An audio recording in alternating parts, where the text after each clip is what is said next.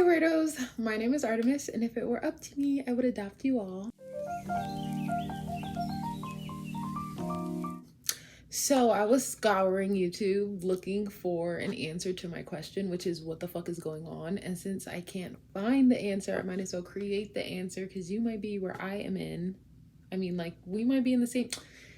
We're in the same soul tribe, so we're in the same bubble. And right now, in my bubble, I'm like, what the fuck is even happening? So we're gonna break that down. And of course, there will be 4 piles. So here's a clip of the piles. Feel free to meditate and think and pause and, you know, figure out which one's calling you. Otherwise, we're getting right on into things, because clearly I'm all over the place. Ignore the setup. Like, you know, I can't control where we are, but obviously that's not what we came here for. Okay, so let's just focus on what we came here for. Okay, what the fuck is going on? Hello, pile 1. We're gonna figure out what the fuck is going on, because, you know, life. Okay, so what is pile 1? What is pile 1 in the middle of right now? What is going on with pile 1? What are they in the middle of? What is their circumstance?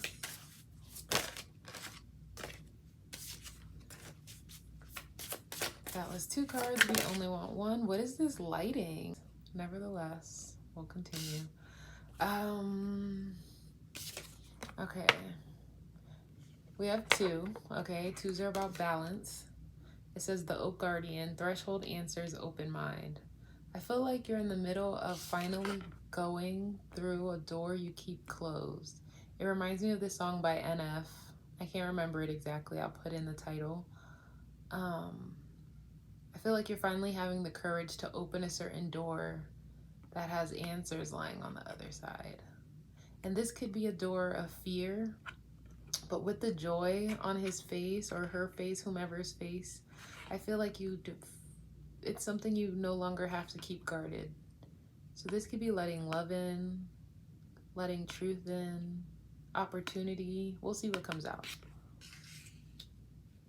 What is pile 1 in the middle of?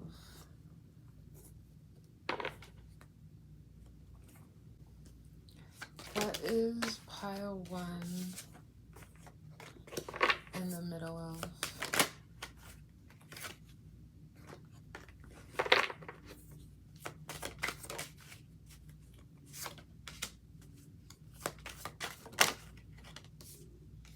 A lot of reversals, so I'll have to get my book out, because we know that I don't know reversals. What is pile 1 in the middle of?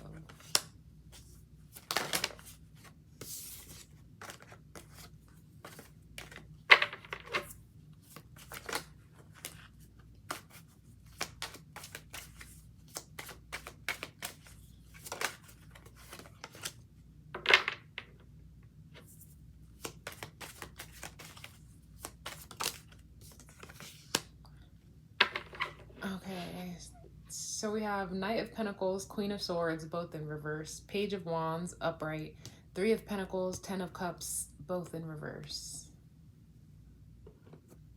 Interesting. Okay, let's check out those reversals. Okay, we have anxiety, irresponsibility,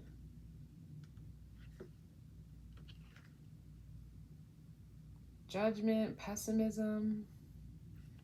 Okay, so your anxiety is making you think negatively and have a pessimist outlook on whatever your circumstances at the moment. But you still have this enthusiastic nature to discover, let's see.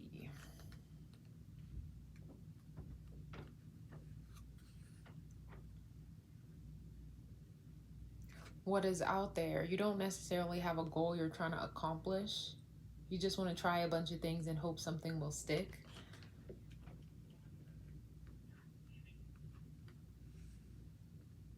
And something about instability, conflict surrounding your family.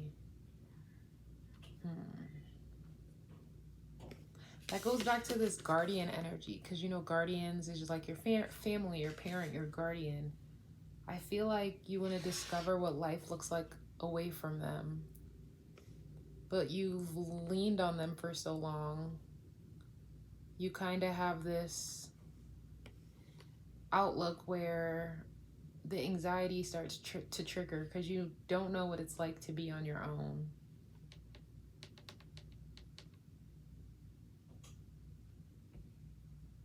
What are you in the middle of? You're in the middle of discovering your independence or taking the step towards finding a sense of autonomy, sense of permission.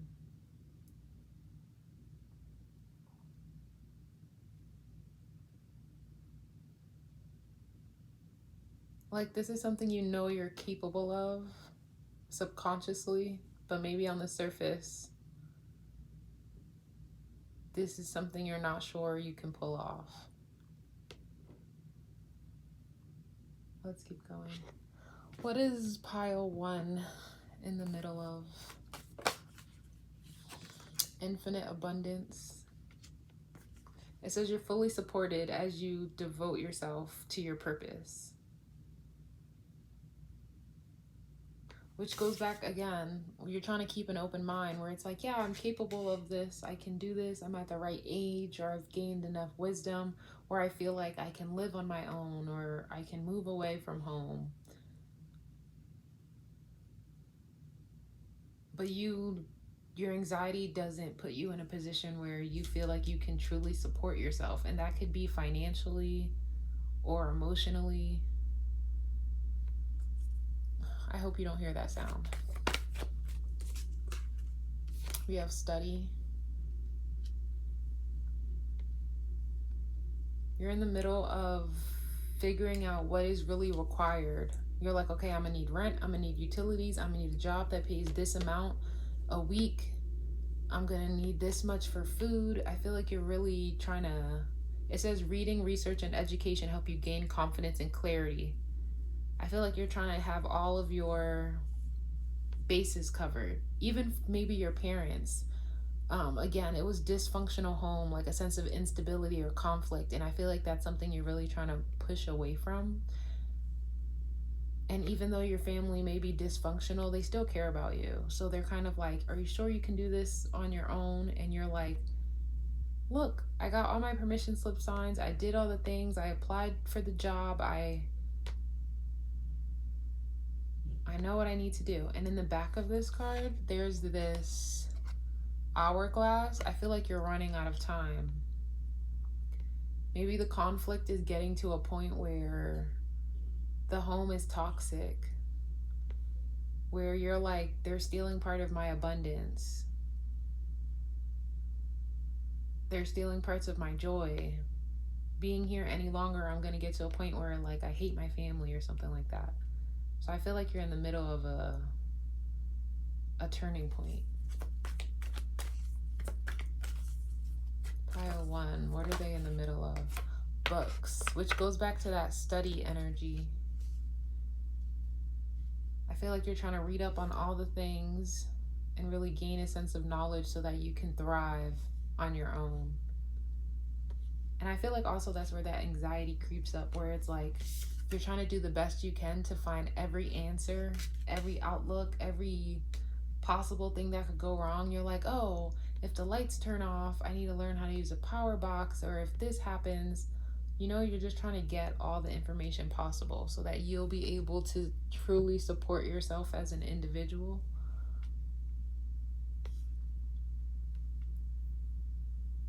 What the fuck is going on with pile 1? What are they in the middle of? We have empathy. It says I'm open to seeing both sides of a situation. I feel like this really brings me back to that NF song. I hope you guys listen to it. I'll make sure I link it down below. And we also have love. So yeah, I feel like it's hard for you, which is probably again where that anxiety creeps in, because it's kind of like, you know, your family loved you to the best of their ability, but it just probably wasn't enough for you. Or you're like, I understand my family might not be the most supportive bunch, or they didn't give me the love that I needed. They just gave me as much love as they were able to give. So you're open to both sides of the situation, in the sense where you're like, I see where they're coming from. I see their limitations. I see how they brought their own past dysfunction with their parents into our relationship. You want to get, okay, you're at a position where you don't want to hate them. So you're like, I need to leave now while I still have my sanity. It says love, I commit to the practice of seeing the good in all things. So it's like, you see the good in them. You don't see them as like malicious or vicious, even though this could be character traits that they possess. But you're just like, I have to love myself enough to get out of this environment. But again, this is kind of like all you ever known. So it gives you a lot of turmoil. It makes you anxious to think of leaving them behind, even though leaving them behind would be the best for you.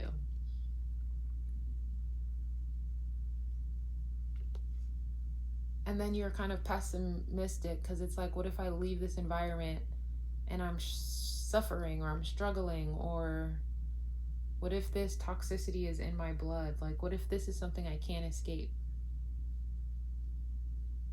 You're like, what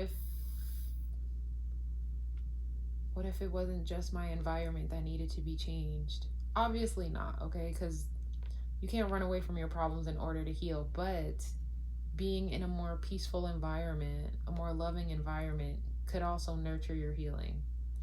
So again, it's with this empathy of seeing where they're coming from, being open to seeing both sides of a situation that has you in that, should I open the door, should I not? Which goes back to that energy of leaving, like opening the door to see what's on the other side of things.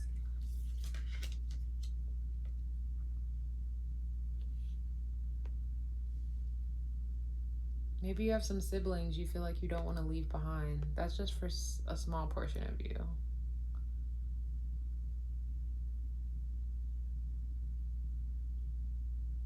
But as much as you want to, you have to save yourself. Think about it like this. Like, of course you want to save your siblings and stuff like that. And if you were in a position where you were able to provide that, of course you would take them with you. But it's totally okay if you have to separate yourself from this unit so that you can find your own stability. And then when you're at a position where you're able to provide for yourself, then you can support others, and then you can bring them along.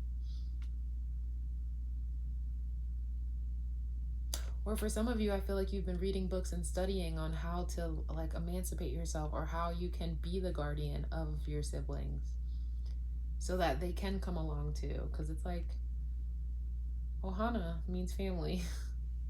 And family means nobody gets left behind.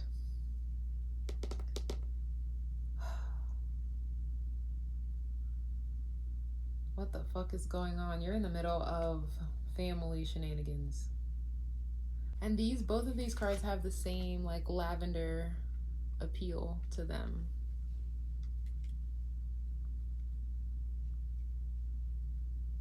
And purple represents, not this shade, but nevertheless, purple represents the third eye chakra. So it's like knowing what you have to do, knowing the moves you have to make, knowing in your heart that it's time to go through this door, even if you feel unprepared. Pile 1, what's coming? What is all of this preparing them for? Exactly.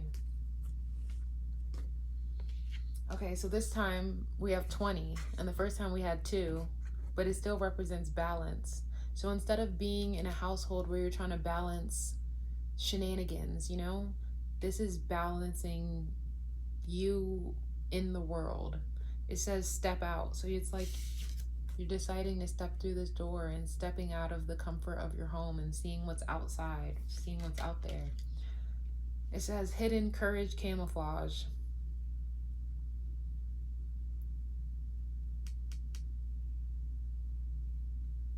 Camouflage is really jumping out to me as like black sheep energy, middle child energy, overlooked energy. Because 2, you know, you could have been the second born. So a lot of your interest, a lot of the things you need have kind of been hidden. to the reality of your family, and having the courage to step out, having the courage to break away.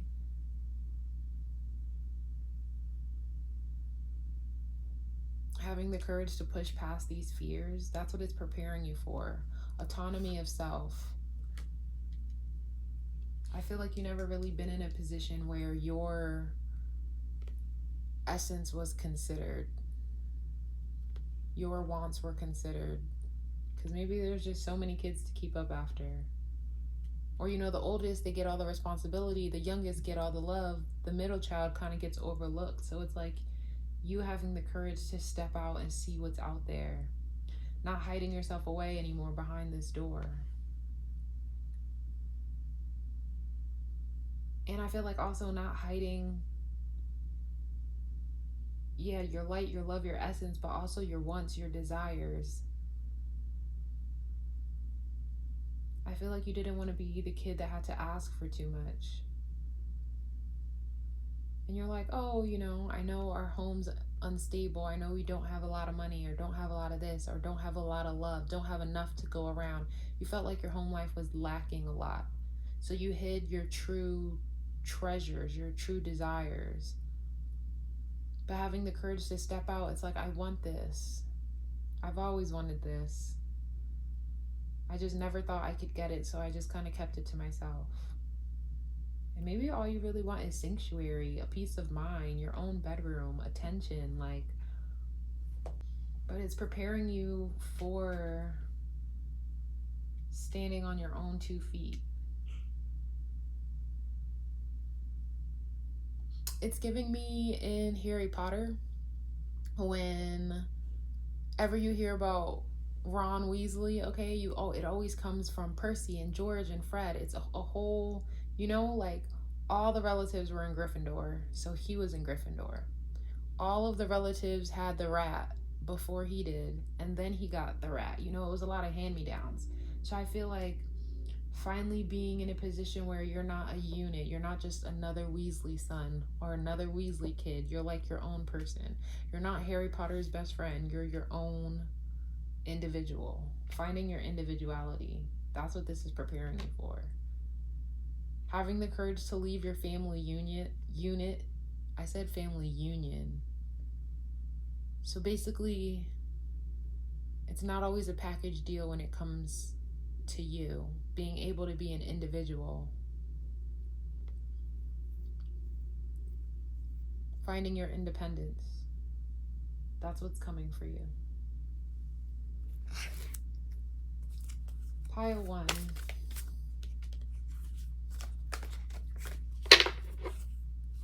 What is life preparing for pile 1? What's coming?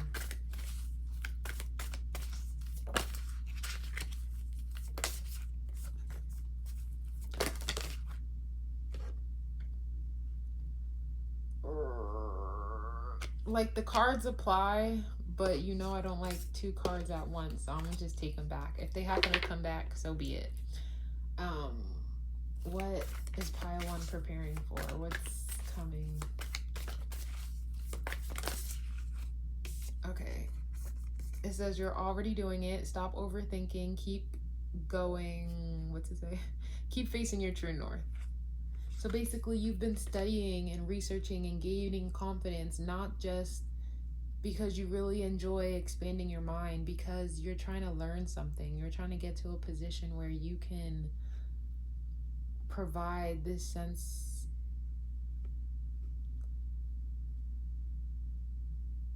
Okay, you're the type of person who likes to read books and gain knowledge so you can see something from every angle. And it's like you're already doing that. You're already taking steps towards opening that door. So stop overthinking. Stop letting the anxiety fill you up with what could go wrong, because you're already in the direction towards better. You're already taking the steps required to get out of your circumstance. So I feel like even the anxiety is like, will I be able to leave? Will I be able to open the door? Will I be able to get away from these people? And it's kind of like you're already taking the steps. Like, you've already applied for the house or the job, or you've already booked the ticket, or you've already told people you're about to leave. Like, you're taking the steps. You're finding the courage. So continue to support yourself in this direction. What is life preparing for pile 1? That was 2 cards.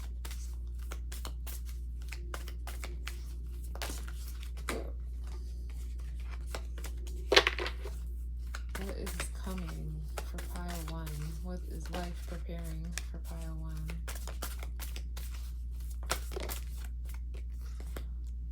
What is pile 1 circumstance preparing them for?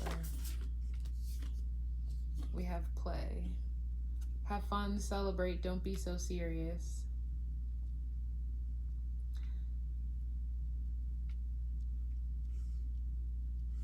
Yeah, I feel like once you get out of this toxicity, you're gonna see how much fun you can have, how people celebrate your light. Once you stop hiding your joy, you're gonna see how many people flock to you and are drawn to you. Again, it's giving middle child energy. With middle children, they're so overlooked. Maybe when they get their little family moment, they're usually the butt of the joke, or like being laughed at instead of laughed with, you know? And to be in an environment where you're like supported and encouraged and playful and just lighthearted in a good way, that goes back to that courage and energy. Because I feel like also you've been hiding yourself with this door. On the other side of this door is celebration, is fun, is, I was going to say miracles, is love, is support.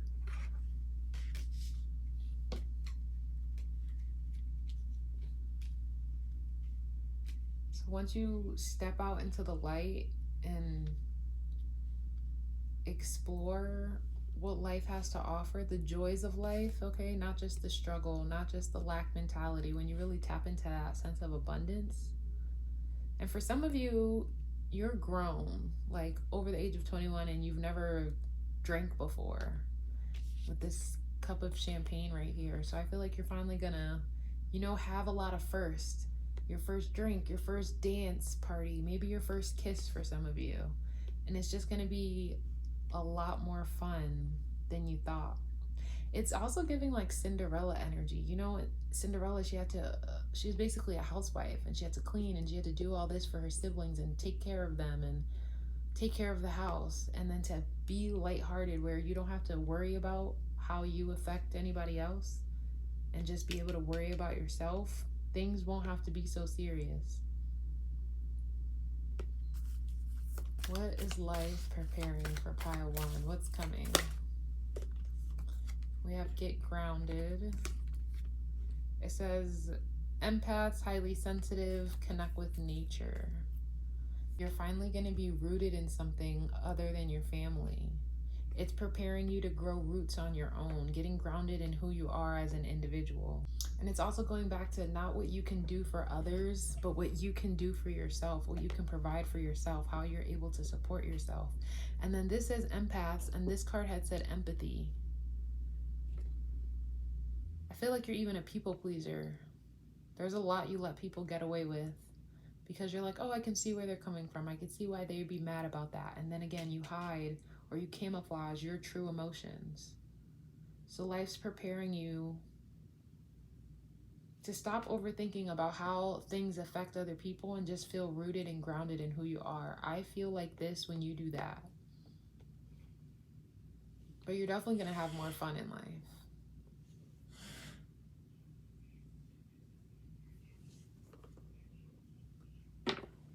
Pile 1, what the fuck is going on? What are you planning? Planning. What is preparing? What is being prepared? What is coming for pile 1?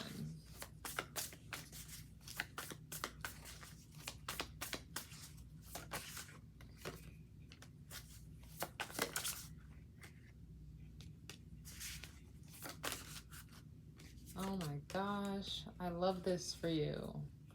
If you didn't know if you were going to open the door, you totally are, okay? Life is preparing you to escape from your situation. We have the Eight of Emotions, the Tower, the Knight of Emotions, the Eight of Wands, and the Six of Swords. Emotions are cup cards, by the way. So what is life preparing you for? Life is preparing you to withdraw from your familiarities and find something better elsewhere. Okay, you're coming out of this black hole and you're choosing to walk your own path. And you know, the desert is hot, and like, you might see mirages, I feel like, of your family, like moments or like flickers where you feel like maybe you should go back or you chose the wrong decision. But it's like you're shattering all those beliefs, okay? I get the energy of someone, again, Cinderella, who was like locked in their room, and you were told stories about yourself. Like, your family's like, no one's gonna love you, no one's gonna like you, no one's gonna enjoy you. Maybe you're annoying, you're only good for this certain thing. Like, just these falsifications to keep you trapped and to keep you stuck and small-minded, which goes back to this, which says open mind.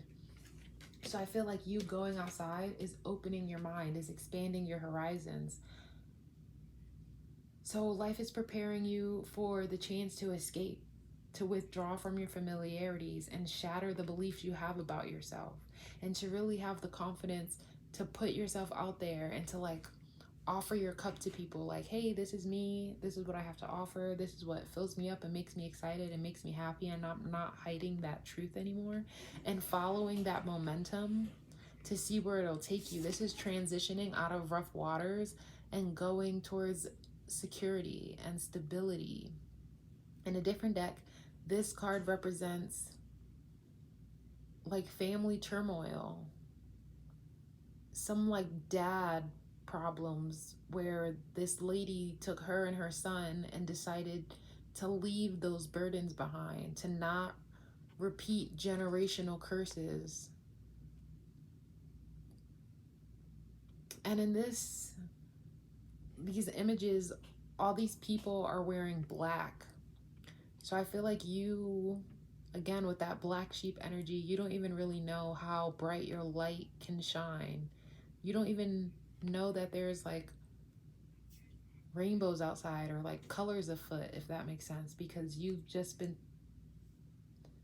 I feel like you've been in this dark place, again, a locked room, a black hole, a cave. There's this certain darkness and shadows, and you didn't even know that there was this possibility of light or sunshine or colors.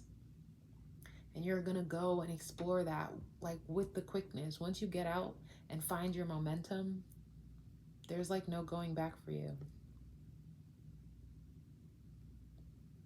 And that goes back to that family energy where you don't want to leave your siblings behind or something like that. But I felt like when I just said there's no going back for you, I felt like a ping in my chest, because you're like, I don't want to be so engulfed in my new reality that I forget where I came from.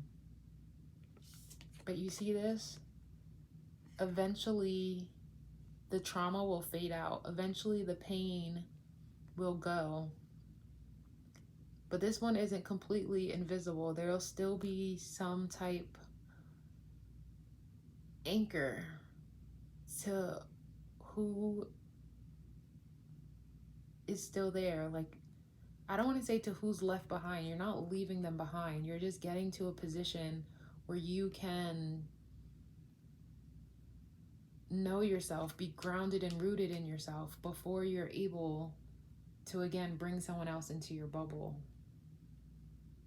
You've been hidden for so long. You've been camouflaged behind your duties for so long. It's time for you to get in touch with your true self. I don't even think you know who that is. And you're ready to find out, though. Life is giving you the opportunity to find out. And I feel like you're also shattering your beliefs. I feel like your family is the type of person who tells you those who leave home are people who abandon their family, and people who abandon their family ain't shit. Like, you know, something really negative like that. And I feel like you're choosing to change the way you think about yourself. And you're like, no, it takes strength and it takes courage to leave a toxic environment. It takes strength and courage to leave the familiar of all you ever known, because something is calling you towards something better. I deserve love and I'm gonna go find it. Even if it's for myself. I feel like you don't love yourself as much as you could yet, but you love yourself enough to know you deserve better than the life you've been living.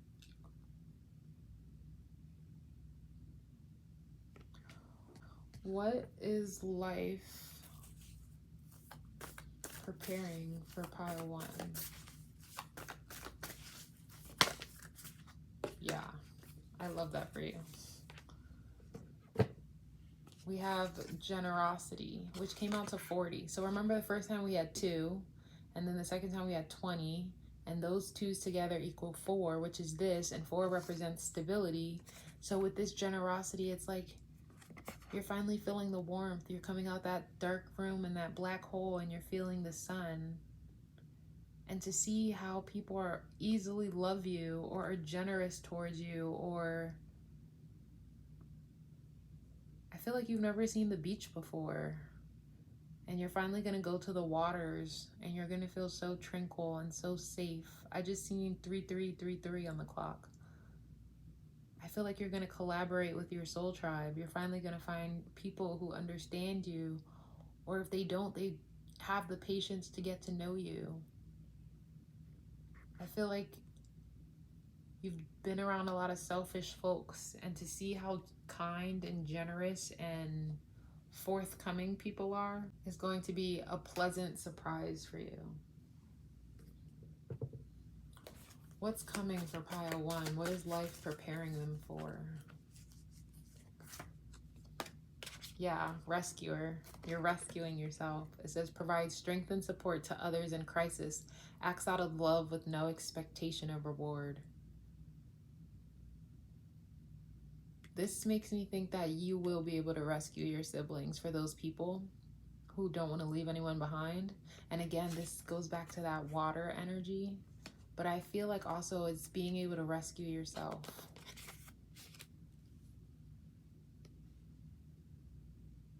Giving yourself that strength and support to get yourself out of this crisis, this instability, this toxic home. What is life is preparing you for? It says celebrating the beauty within yourself. Inspires creative energy to embrace the good things in life. Once you get out of this mindset and this mentality, this black hole energy, you're finally able to see the good in life. Life isn't just struggle and trauma and hard times. Life can be abundance. Celebrating the beauty in yourself, finding your pleasure, finding your joys, not hiding your true essence anymore. So right now, even though there might be anxiety and you don't even know how you'll get from a locked door or a closed door to the other side of things, they're preparing you, helping you build this strength, this support, this confidence, so that you can save yourself. No one's coming to save you, okay? Fairy godmother isn't swooping in this time. You're gonna do it. And with this study card, they have a key around their neck, this necklace. So I feel like if the door is locked, if you are trapped, you know, you're gonna find the key to get out.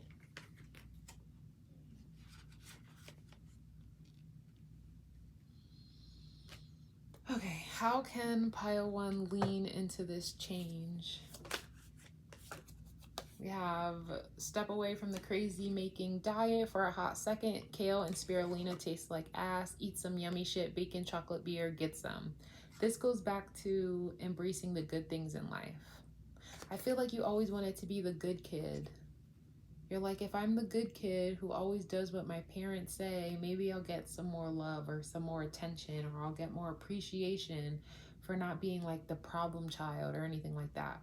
But it's like you behaving and following the rules still didn't get you the outcome you wanted.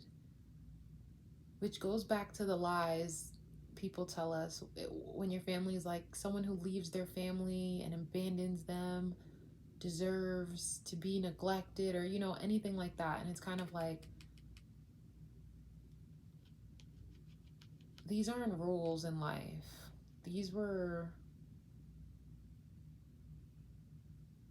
guidelines provided to make you behave or to make you be the person they wanted you to be. But you're going to be in a position where you're enjoying yourself with bacon and chocolate and beer, which goes back to that champagne energy. Eat yummy shit, but also pleasures where it's like, indulge. You're going to be able to indulge in life with this generosity card, and the play and the have fun and the celebrate, and don't be so serious. It's serious. Crazy making diets is serious energy where you have to restrict yourself and be on a certain path and in a certain direction. And you're going to break away from that and give yourself enjoyment.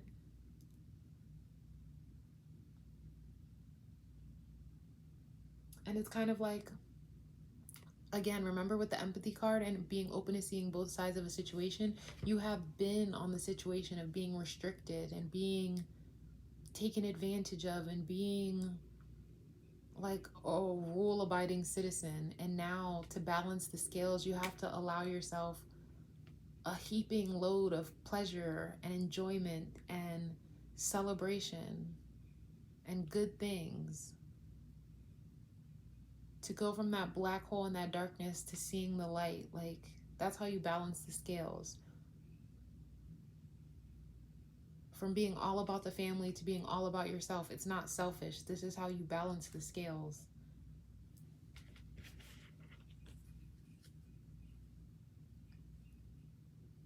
So you lean into the change by allowing yourself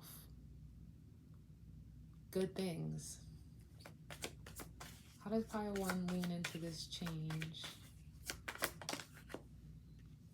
It says, what the hell are you waiting for? Get that shit done. If you're waiting for a sign, well, here it fucking is. Yeah. I feel like the pull you have to open the door, to get out of your house, to run away, that's not you thinking the worst. That's not you being a bad kid or a bad daughter or child, or that's... My heart breaks for you. I want to give you such a big hug. You're not doing anything wrong by wanting to rescue yourself, by feeling the need to leave.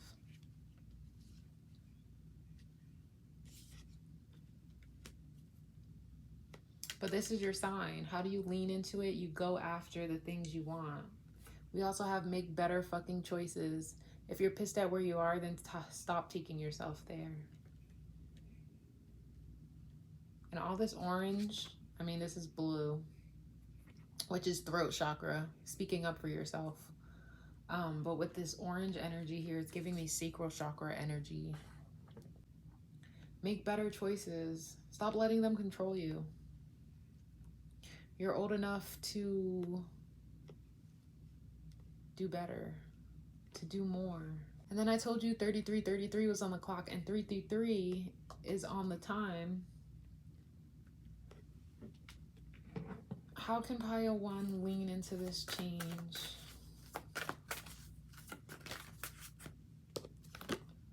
We have Conchomancy.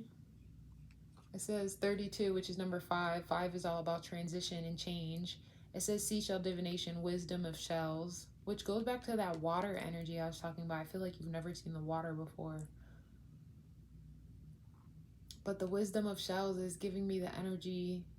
Hold on. With Seashell Divination, it's giving me the energy of... like you've been waiting for signs, or things have been pulling you in this direction. Don't ignore that. That's not just a coincidence. That's your spirit guides trying to guide you in the direction to give you the information you need. Even with this reading, like, this is the sign, okay, that you are in the right direction. And then with Wisdom of Shells, it's kind of like, use the wisdom, the culmination of all your life spent in this house or spent around these people, okay? Have you ever felt joy, respect, love, celebration? Has anyone seen the beauty in you in regards to the people who live in your house? And if you do have little siblings that look up to you, I'm not referencing them. I'm talking about the people who've been there before you, the older people, the guardians. Because if you've never seen the love you're looking for demonstrated up until this point, it's not coming. Like, you can't heal in the same environment that broke you. You have to be able to find the strength to rescue yourself out of this crisis. How can we have the magic of the Kaale Druid? It says caution, secrecy, worry. Yeah, I feel like your anxiety is cautioning you to not make certain moves. But what do you really have to lose by leaving? They already stole your identity. They already stole your strength. Don't let them steal your life too by staying here. And then we have number 9. 9 is about completion. You've learned everything you can in this environment. It's time for you to step out that door and into a new one.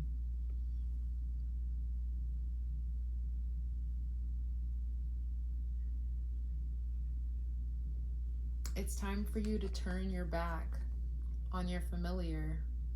Even if you have to leave like a thief in the night, even if you don't say goodbye before you go and you just write a letter to your siblings, like, if it's a secret, you know, that's okay. You don't have to tell anyone your moves. It's giving me burlesque. Christina Aguilera, she just left one day after her shift. She didn't really tell anybody about it. I mean, not that she had anyone to tell. She didn't really have family, but once she got there and was settled, then she was gonna write a postcard like, "Hey, I got here. I arrived. I'm okay."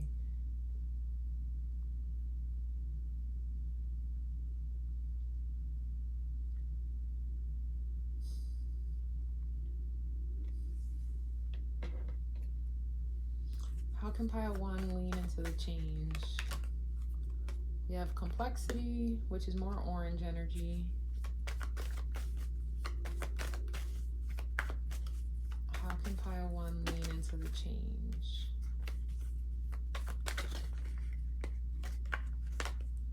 We have healing.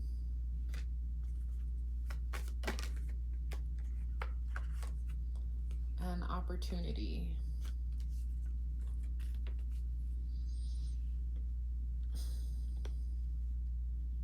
It says open doors, okay, right here.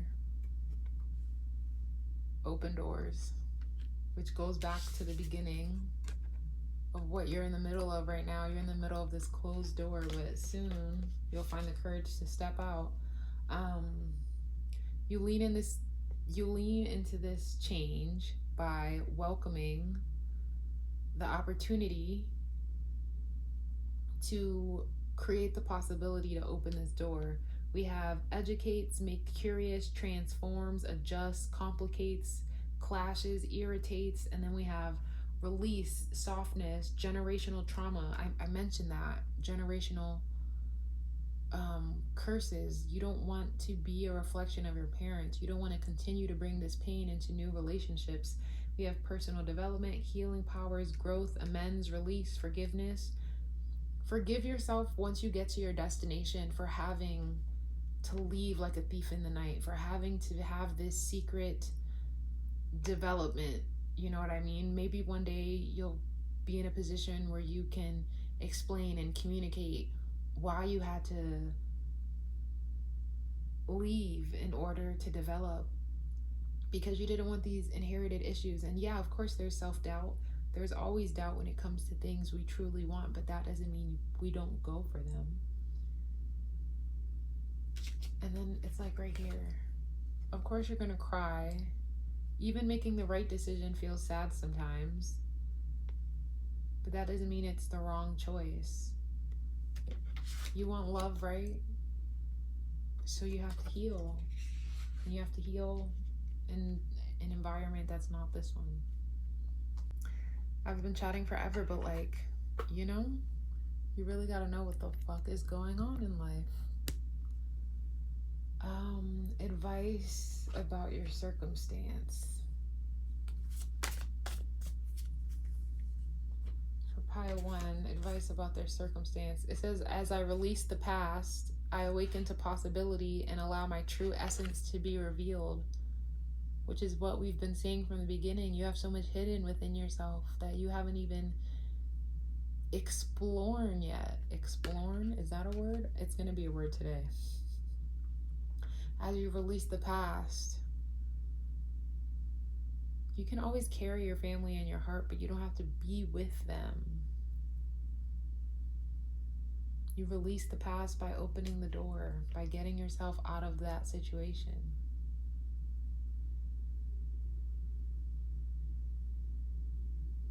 And then also with complexity, it says contradicts, clashes, adjusts.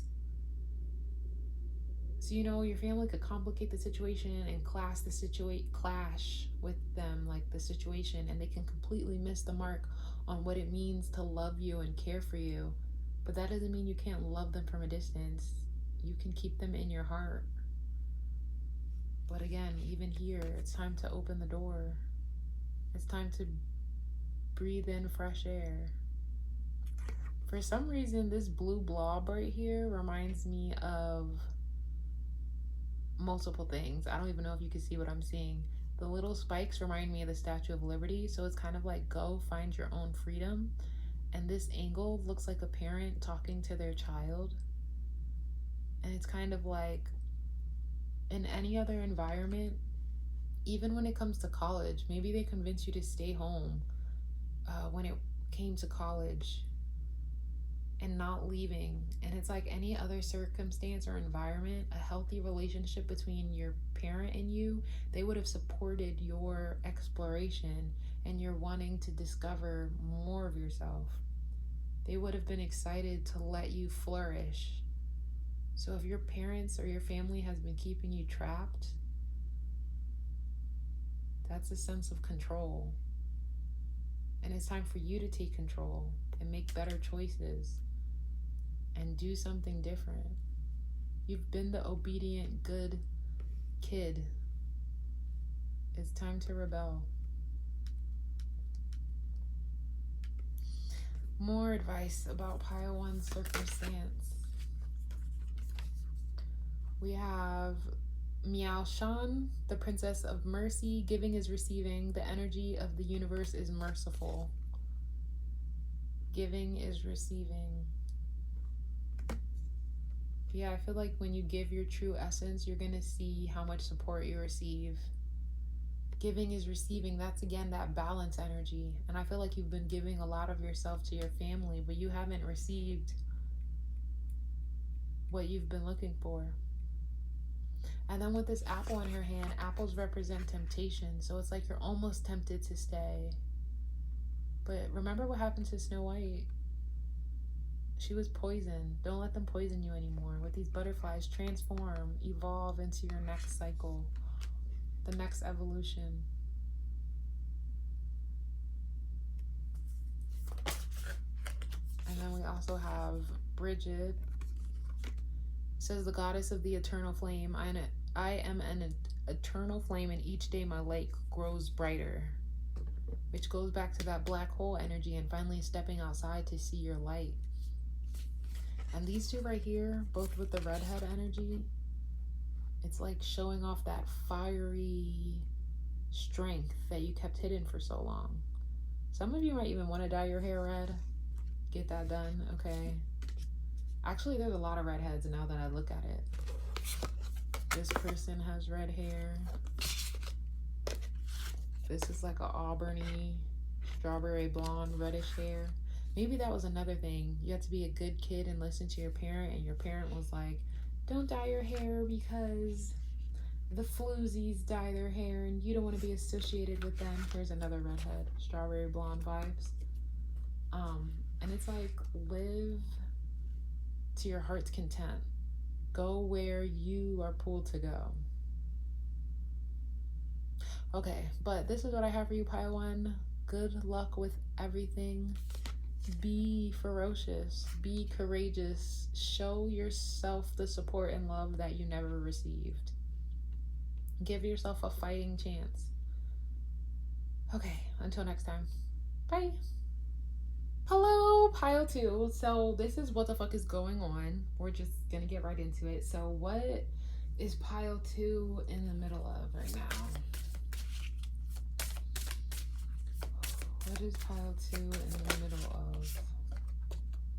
We have sacred waters, deep healing, pilgrimage, emotions. 3 also represents like friendship, collaboration, relationships. I feel like you could be healing from a breakup, or you could be on a journey towards a deep relationship, which whether someone is coming in your life or just leaving your life, those both are deep emotions.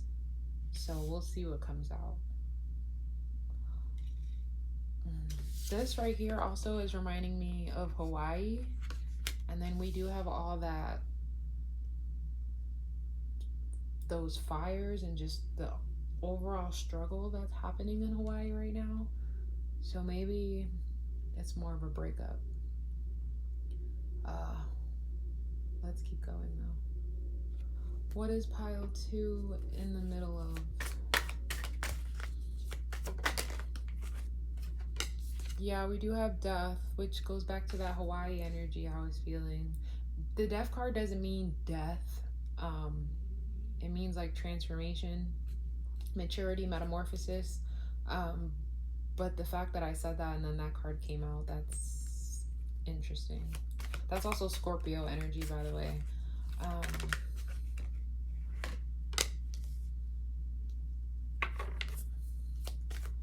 What is pile two in the middle of?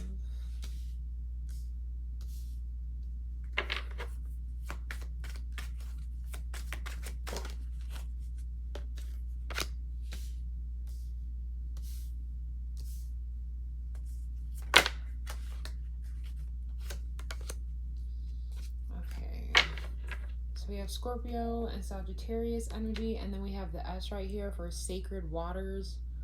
S vibes. Samantha, Sabrina, Serafina, Sora, which means sky in Japanese, if I'm not mistaken. Something about clear skies. So what are you in the middle of? I feel like you're in the middle of a transformation. But with this Five of Wands sideways, it means it's not necessarily in reverse or upright. It's kind of still up for debate which way it's going. I feel like it's with your transformation. Your transformation could be for the best of you. Let me see what Five of Wands in reverse means. Yeah, Five of Wands is about compromise and peace and resolution, but in the other way, it's about clashing egos. So I feel like you're in the middle of a transformation, which goes back to that deep healing and that pilgrimage. You're doing this journey kind of to get to know yourself, but it's like you're not sure if you're transforming for the betterment of you or if your transformation is going towards what people want you to be. You have this certain skill and confidence, and you're prepared to make a move in either direction. With Temperance in reverse, it goes back to frustration, conflict, and patience before stability. What I'm getting from this is you're in the middle,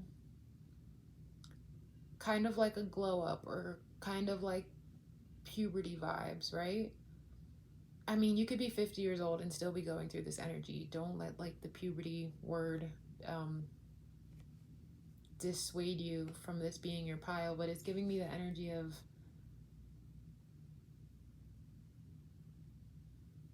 okay, say you're a weirdo, which I mean, sure you are, because you're here at WRDOHVN, and you're in this transformation, but you don't know if you should come out being the person everyone wants you to be, and you're prepared to be that person. You're like, I'll buy the makeup, I'll get the outfits, I'll subscribe to the magazines, I'll do whatever's necessary. And you would be good at it, but you would be wearing a mask.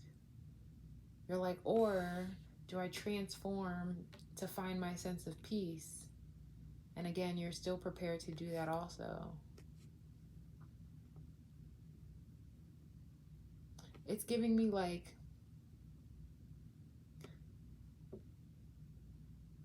this isn't necessarily your reality, but this is the story you tell yourself. You're like, do I transform through my authentic nature, which I'm prepared to do,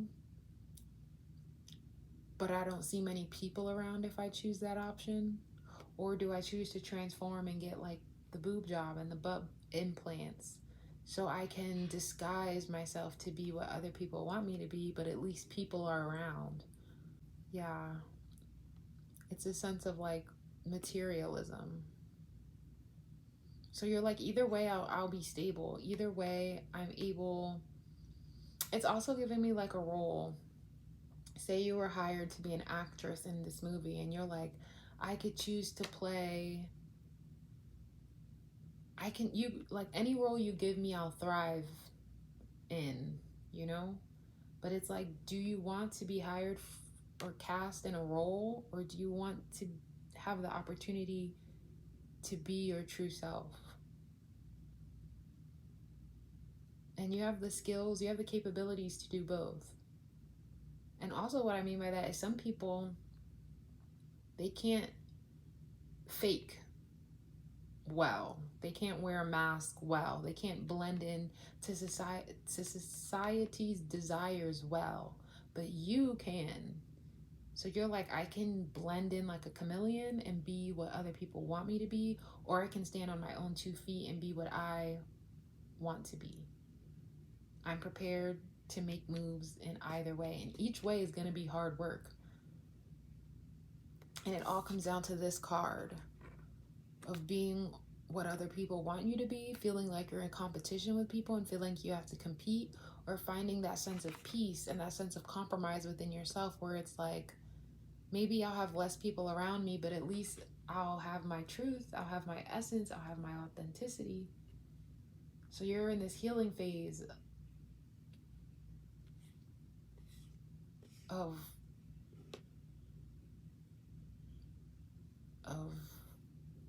trying to find your balance, your purpose, trying to figure out which direction to trust, which pull to follow. What is pile 2 in the middle of?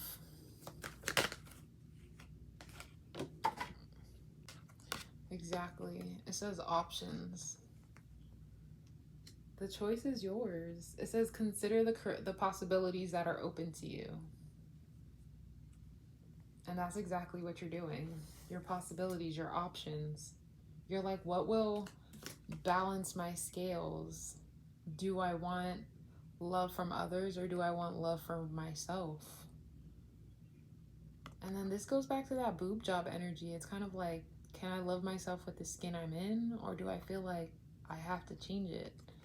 Am I changing it because I feel like I need this to be more confident and to be happier? Or do I feel like I'm changing it to be what other people want me to be?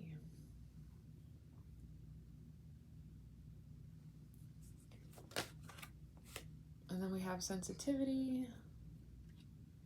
It says you're becoming more sensitive and need to make changes accordingly.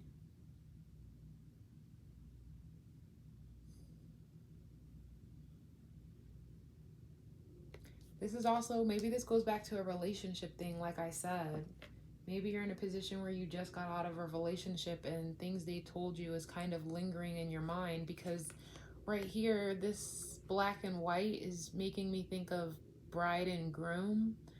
And it's like, maybe you're sensitive to certain things they said or people said, where it's like, you're so skinny, no one will love you with that body, or you won't get the attention you're looking for.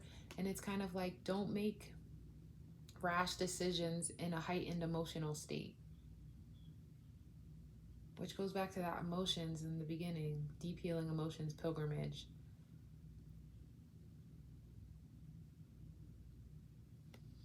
What is pile 2 in the middle of?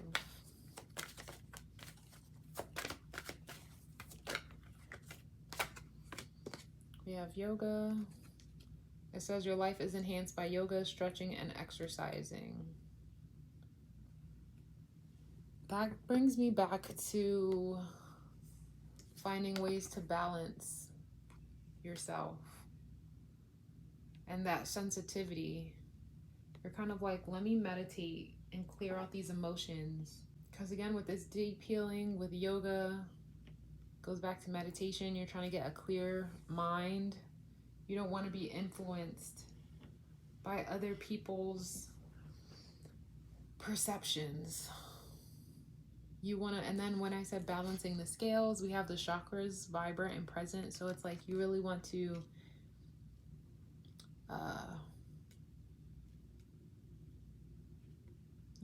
be balanced in the skin you're in.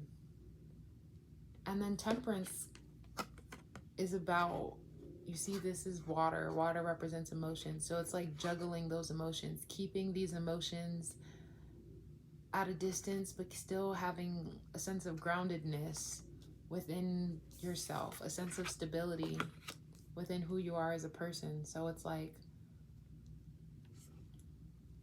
it just keeps going back to that rash decision energy.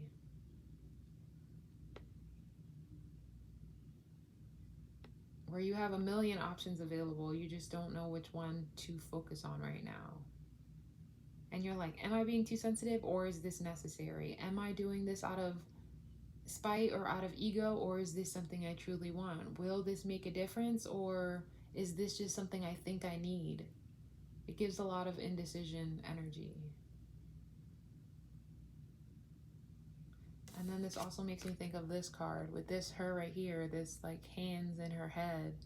Again, with indecision, contemplation, a lot of back and forth energy of what's my next move. And I feel like, again, with maturity, I was saying transformation, I feel like maybe you're like, a grown-up body looks like this. And this is maybe like big boobs or something like that. I feel like you think you have a kid body, or you feel like in your current state, no one will. It goes back to that love energy of that being alone, where I said you think if you're weird and authentic, you're by yourself, but if you're what other people want you to be, then you have company. And it's like, do you want company for the things you can provide, or for the way you look, or do you want company for your kindness, for your heart, for your generosity?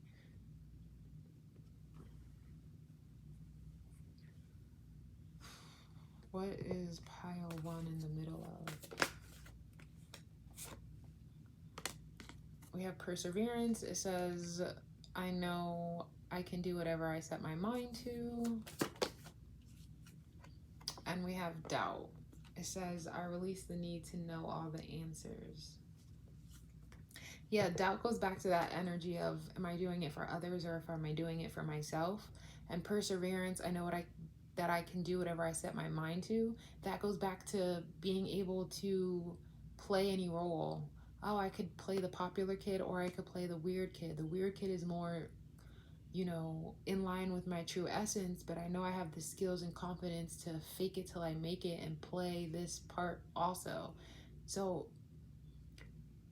I wouldn't say either choice you win, because if you're pretending to be something you're not winning. You're just good at hiding your truths. You're capable of playing either role, but either role won't bring you love and joy. You might be accepted by others, but will you truly feel accepted by yourself?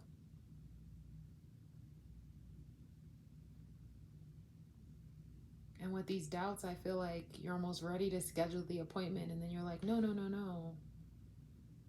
I don't want to like ruin the body God gave me, or something like that, or like God makes no mistakes. I feel like I'm this way for a reason. But then on the other hand, you're like, well, people change things about them all the time. It's not that big a deal. Okay. What is life preparing you for? What's coming for pile 2?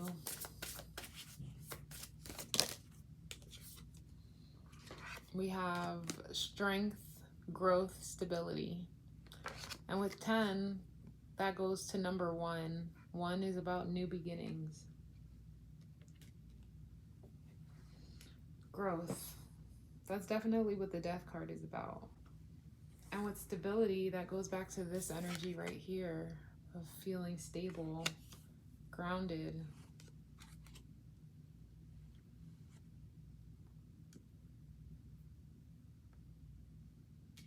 And also with this card, I feel like this is a smile. And this tree has branches with no flowers, with no seeds, I guess you could say, with no fruit. And they're happy. So I feel like, as far as trees go, if you see a tree with like flowers and bushes and stuff like that, you would think that that tree was way more beautiful than a tree that was bare and that was empty. But this is just winter, when everything dies. Back to that Death card, okay? That's just one of those cycles. But that doesn't mean that flowers won't bloom one day or in the spring. I feel like life's preparing you for that next chapter. Being able to find your strength even when things don't look as you would want them to.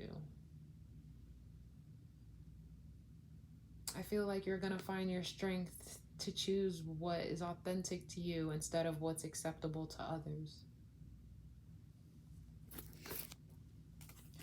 What is life preparing for pile 2? What's coming?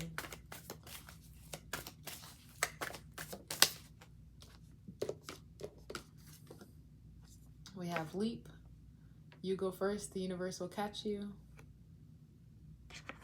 With this card, life's preparing you to leave behind what you consider your shadow side, what you consider to be your darkness or your failures, and taking a leap to find your light.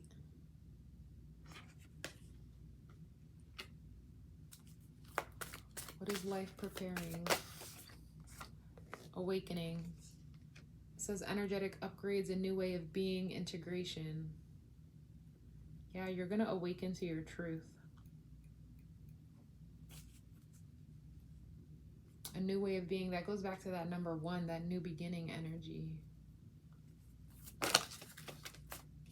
And then we have the crumbling. What are you clinging onto?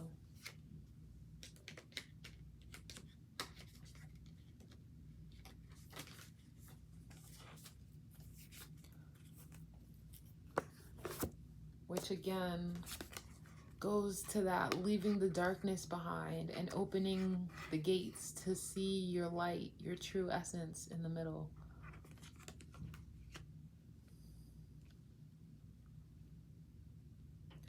Life's preparing you for this new chapter of stability.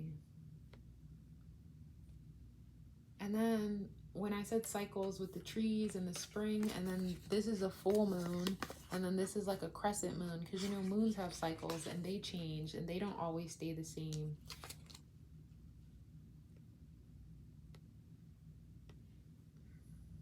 Life is preparing you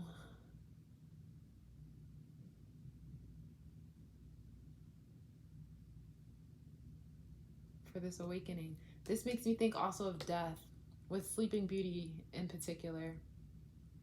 If Sleeping Beauty had an out-of-body experience and was looking down on herself, she would think that she was dead, right? But all she needed was like true love's kiss to wake her up. And I feel like this awakening, true love's kiss, is going to be you loving yourself, you choosing yourself as you are, and not looking at yourself as something that needs to be fixed or something that needs to be changed, when all that needs to be changed is your mindset, is having the strength to heal from the things you think that are wrong. And again, with perseverance and with the Knight of Pentacles, you're prepared to take action in either direction.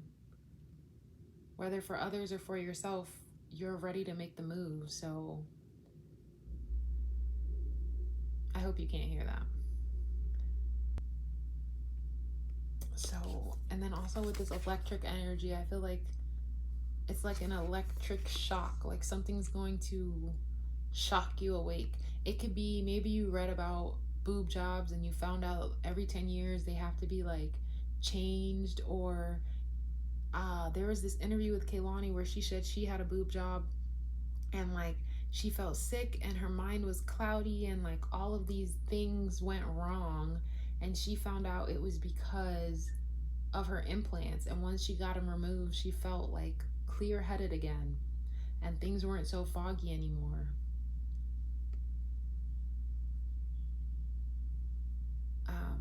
I'll link the interview down below if you want to see it, but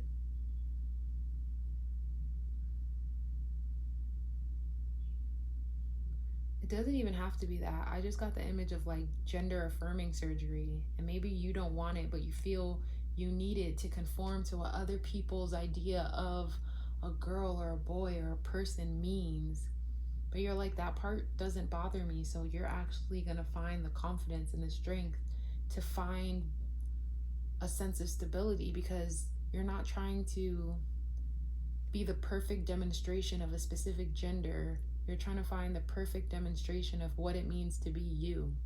So instead of clinging to certain ideals or other people's perception of you, you're gonna let that crumble. So basically you're in this state of darkness and confusion because life is preparing you to get out of the darkness and to be like, okay, I had enough. If I do all this, what are other people even providing for me? What am I receiving for other people? Not love, because if it was love, they would love me as I am. And if I'm willing to change myself, then maybe it's me who doesn't love me as I am. Like with this awakening, I feel like so much is going to surface and completely change your mindset. And then we have 4:11 on the clock. And again, 11s, it's like balance. And 1s is that new beginning energy again, where it's like you're gonna release the doubt. Because if you're doubting yourself to do the surgery, or you're doubting yourself to do what other people want you to do, then that's not the answer for you. And then also with tree spirit, okay, we have spirit. It's not about your outer appearance, it's about your spirit. And you're like, eventually I feel like there's gonna be a disconnect, like your spirit doesn't resonate with these actions. So you're taking a leap towards your spirit, towards what you know you should do. Or again, with perseverance, you're like, the surgery or the conforming to other people's will is something I can do, sure, but that's the easy route, because I know I can persevere as a weirdo. Like, Artemis showed me the way. Like, it's not easy, it's hard, sure, but then you're gonna find people who actually resonate with you and your spirit and your true essence.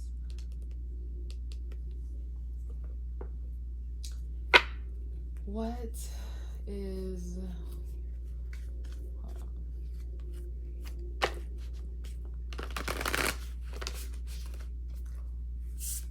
What is life preparing for pile 2? What's coming for pile 2?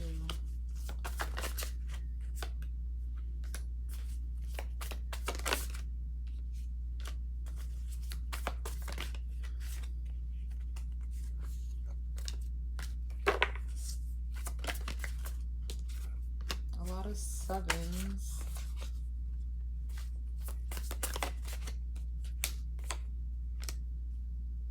The Fool card is basically the leap card that had come out.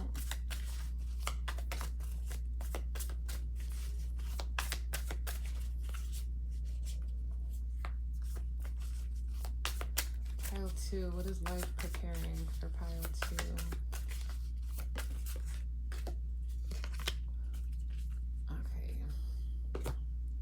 We have Seven of Swords, Eight of Wands, Seven of Pentacles, Six of Cups, the Fool, and the Ace of Pentacles. Okay, what is life preparing for you? Okay, so not even opportunity, just like a circumstance or a situation where they're going to show you that manipulation is not the best way to live life. To always be in a situation where you have to be more sly and more strategic and more cunning so that people don't see your truth is a tiresome life. Is a rickety bridge where trolls are waiting underneath to jump out at you and like call you out on your shit. And you don't want to have to live this life where you're in a constant state of perpetuating falsifications, if that makes sense. Because this card is all about deception. So it's like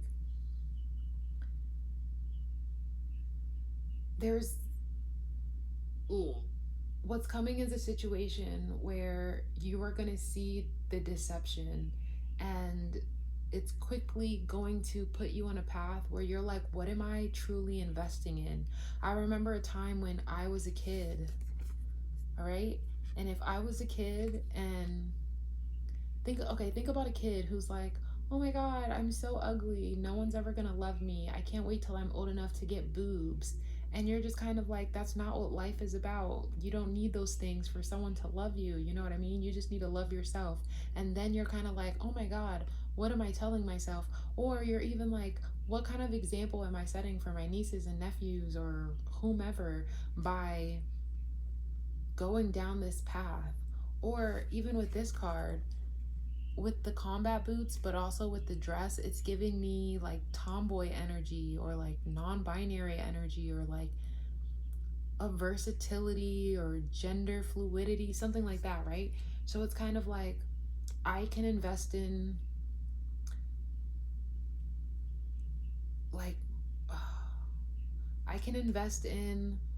what I believe to be true. Like, you don't have to fit other people's gender confines, and it doesn't even have to be a gender situation. It could be anything. Like, maybe beauty to you means naturality and letting your hair grow and letting things be untamed and wild, right? But society's perception of beauty has become makeup and poised and always looking your best, and you're kind of gonna be in a situation where you're remembering that inner child, and you're just kind of like, what would I tell them to be the truth? What would I want them to believe? And you're taking a leap, which goes back to this energy. These cards are basically synonymous. And you're like, I'm taking a leap and I'm trusting my faith that I'll be a demonstration of the people that I think are beautiful. And that's going to set you,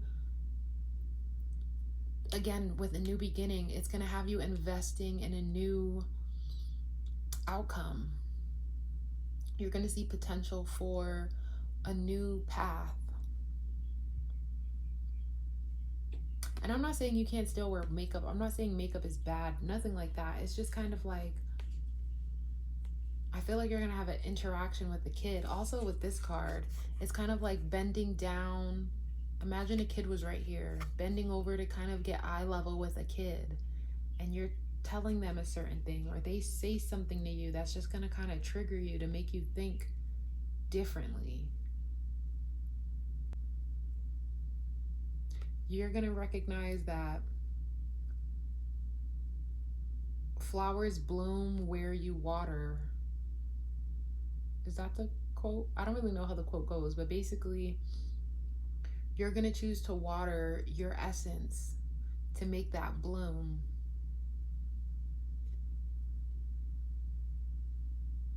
Or even, this is giving me like Amelia Earhart vibes.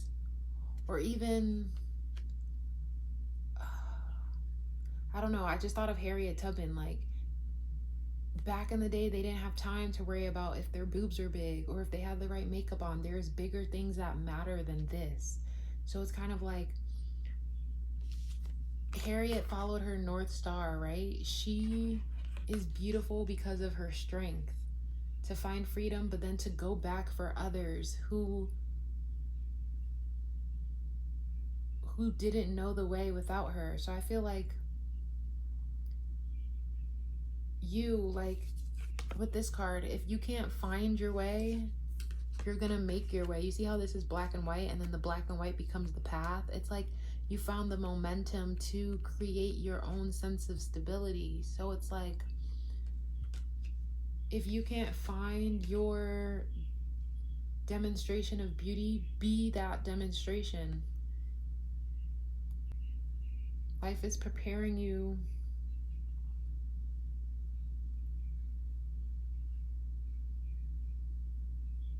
to follow your own path.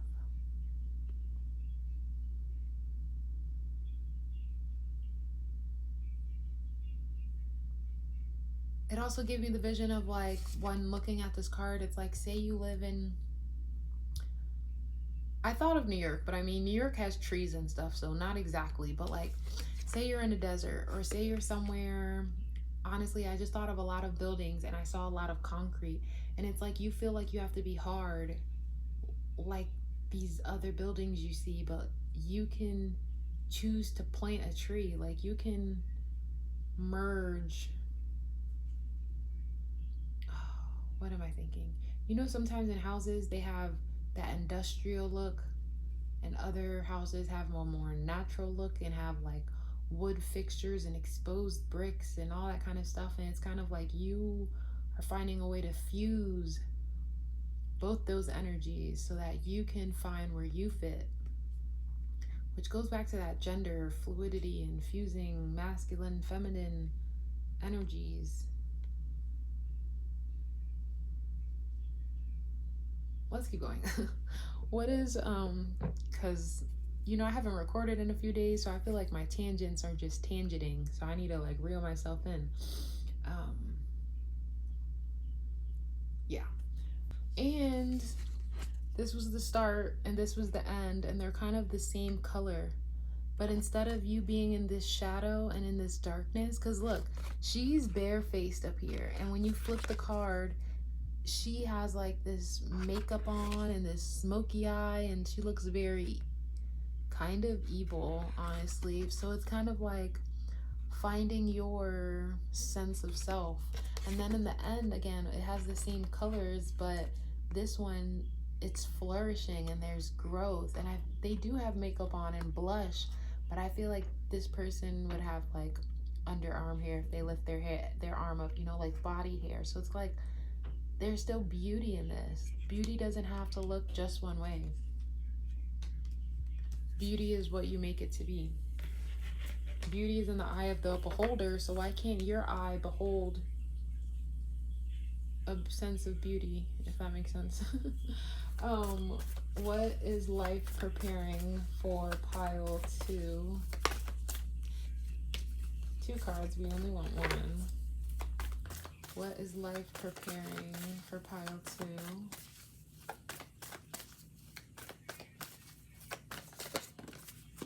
Yes, we have Earth, Gaia, okay, which goes back to this energy. Look how similar they look. And this is about being grounded in who we are. With her being pregnant, this goes back to inner child energy for me, or even kid energy for me. If you had a kid, what would you want to tell your kid? Would you have to tell your kid that they have to conform to other people's beauty standards? Or would you want to teach them that beauty is what you make it, is what you feel about yourself, is what's in your heart? You know what I mean? And 7, because this is 16, but 16 goes back to 7. 7 is about spirituality, which goes back to this yoga energy. So it's kind of like, remember who you are.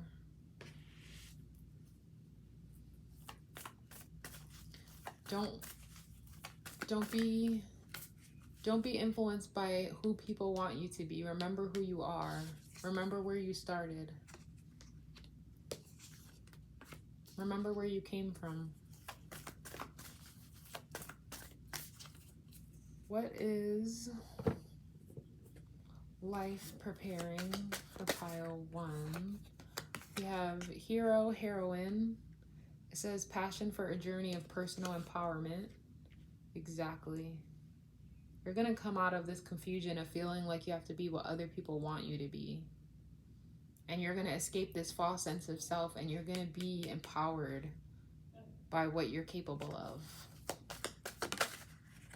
And then we also have student, which goes back to that tree energy. Let me get it. Hold on. It says humility and devotion to knowledge, openness to lifelong learning. Which goes back to this, where they're a tree, being stable, being grounded, being rooted in who you are as a person. And with this lifelong energy and with this lifelong learning energy, it's giving me that you're always going to find new things to discover about yourself and things you have to learn to love about yourself. And also with this card, it's giving me going back to that cycles energy, because this is like leaves that are soon going to die, but over here we have flowers that are blooming. So like springtime, it's giving autumn. So openness to lifelong learning, there's always going to be cycles about ourselves and things changing and ways that are transforming, you know what I mean? But it's about loving yourself in all your seasons. Having that sense of stability, that foundation. Okay, how can you lean into this change? Because remember, if we go back to the beginning, it's what you're in the middle of. Right now, you're still in indecision between your options of going forth with this surgery or with what other people want you to be, and choosing acceptability or choosing authenticity. So how you can lean into the change and being more authentic, which is basically what it comes down to. It says, ask a fucking expert. Don't rely on your friends or the internet. Listen to a damn professional. I am a tarot professional, so obviously listen to me. But again, I am going to link that Kaale interview down below, because I mean, I wouldn't say she's an expert, but she does have first-hand experience about something like this. I used to consider getting my boobs done because I'm so skinny and quote-unquote flat-chested, okay? President of the itty-bitty titty community over here. So I definitely looked in and researched some things, but one, I learned to love myself, so like I would never. Two, again, God makes no mistakes, so like again, I would never. But also when I did research, the terribleness, the things that could go wrong were so not worth the risk, in my opinion. How can you lean into this change? Pile 2. We have, you look like a shit show, you're a hot mess. Fact, clean yourself up. This gives me the energy of, this doesn't have to be the case, but say you're looking at these people with like fake asses and lip fillers and all of these things, and they look perfect and so well presented, and you're like, my Instagram doesn't look this curated, or this doesn't look like this, or whatever. But then every day you're walking around in your house in pajamas, and you wear the same 3 pairs of tights and 2 shirts, and you don't brush your hair half the week, and you feel like a bum. Like, of course you think they have it so much better than you, or you know, this beauty is possibly attainable if you completely transform everything about yourself. And it's kind of like, work with what you got. Like, dress yourself up, do your hair, learn how to brush, you know, do the things so that you feel like a bad bitch, and you're not just giving your credit to these people who look perfect because they paid for perfection. How can pile 2, it says stop obsessing. You're not the center, you're not the fucking center of the universe. But with stop obsessing, it's kind of like there's so much more than beauty, okay? With all this orange, it's making me think of sacral chakra. Sacral chakra is about our pleasures. So it's kind of like, do things that make you feel good. Do things that make you enjoy life. Do things that get you out of your head. Because yeah, again, it's beyond beauty. Like, with this stop obsessing card, it made me think of this friend I used to have, and her ass is fat, okay? But the people who were obsessed over her body and her ass and like her curves and stuff were always other people. She never cared for it. She was like, if anything, I wish I could lose my ass, because then I would stop getting unwanted attention. So like, stop obsessing over the things you don't have and start obsessing over all the magic you already possess. I'll compile to lean into this change.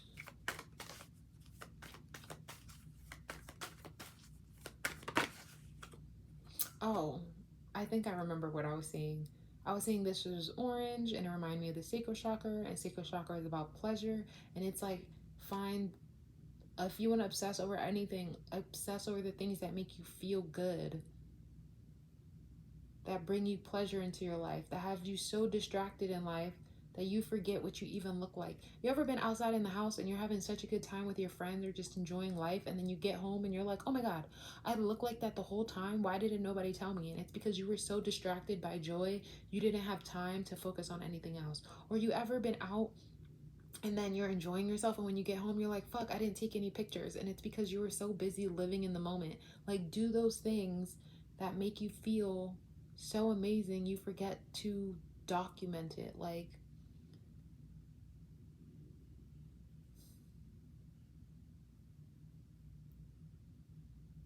because from what I could tell, like, you have so much more to offer. First of all, it seems like you're spiritually guided with this yoga energy, this meditation vibes. You already have this higher sense of things. With this student, you know, you probably like to read. You have a good sense of sensitivity, which goes back to spirituality. So like, you have way more to offer than beauty. Oh, that's what I was gonna say. Beauty fades, okay? You're gonna buy these boobs and in 10 years they're gonna deflate, or they're gonna get like gunky and you got to get them replaced, you know, something like that. So don't focus on things that fade away. Focus on things that can always fuel you, like love, the love you have for yourself. Anyway, we have Mars, which is action.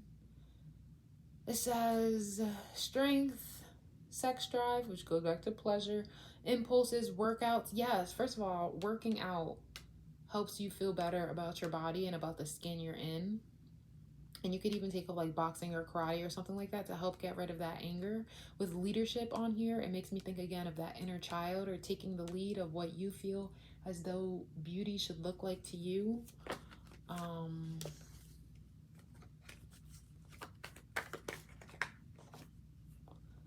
We have Venus, which is love energy.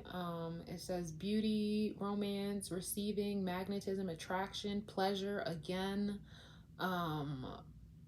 value. So it's like, see the value in your beauty. And if you can't do things that you love, do things that'll make you feel good about yourself. Because if you don't completely write off somebody just because they're ugly, don't think you're going to be completely written off because you don't think you look the best. Find yourself, find enough love in yourself to make yourself feel beautiful.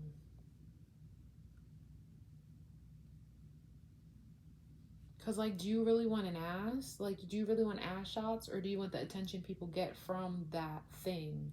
Because remember earlier, it wasn't necessarily that you did or didn't want love. You wanted attention. You wanted people around. So if you want community, go join a pottery class. Go take lessons at community college and find yourself some friends, you know? And we have Sagittarius. It says philosophical, which is yes. How can you lean into this change? Recognize your philosophies and what you truly believe. And make sure, again, with that sensitivity, you're not being persuaded by what you think other people want from you. It's what you believe. Be honest, risk-taking.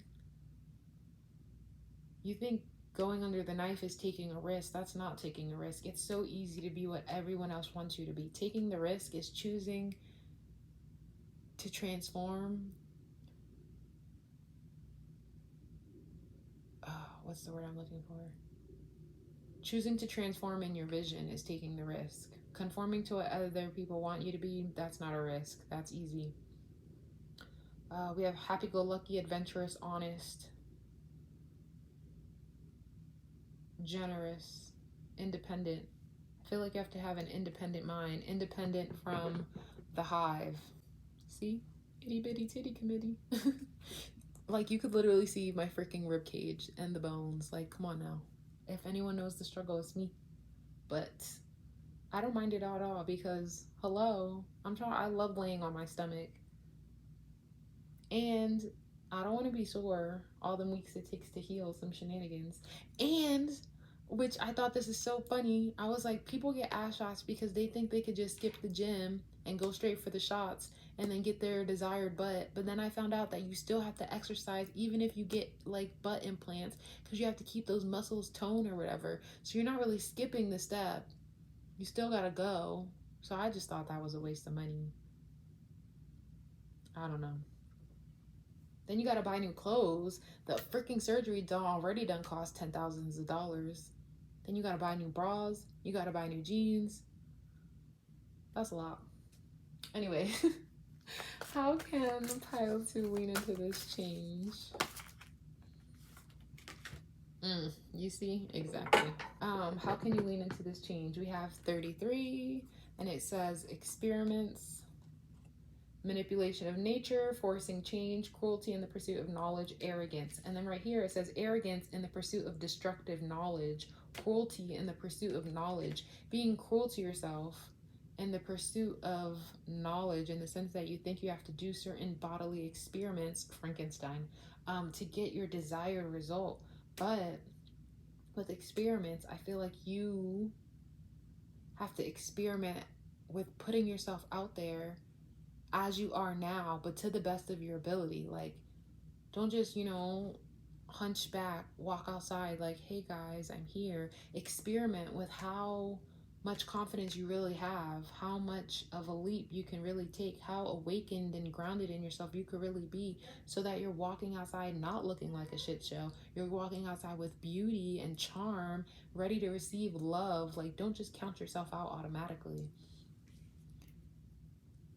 And then also, I feel like with this, it's like, this is your shadow self. This is the part of you that feels like you have to change yourself and force these changes against your true soul, your true nature. And it's like, don't give in to this darkness. And then we also have yearning, and it says longing for someone, undesired separation, pining. So yeah, I feel like you're yearning for this certain sense of beauty that you're like, it would be obtainable if I just did this. Interesting. This reminded me of top surgery. I'm not saying all surgery is bad, okay? Do what you feel is true to you, but don't do what you feel you need to do to transform yourself into what other people want you to be. That is the point of this story. And this says 40 on it, and 4s again represent stability. Okay, and then advice about your circumstance, and I am done. Pile 2, advice about their circumstance.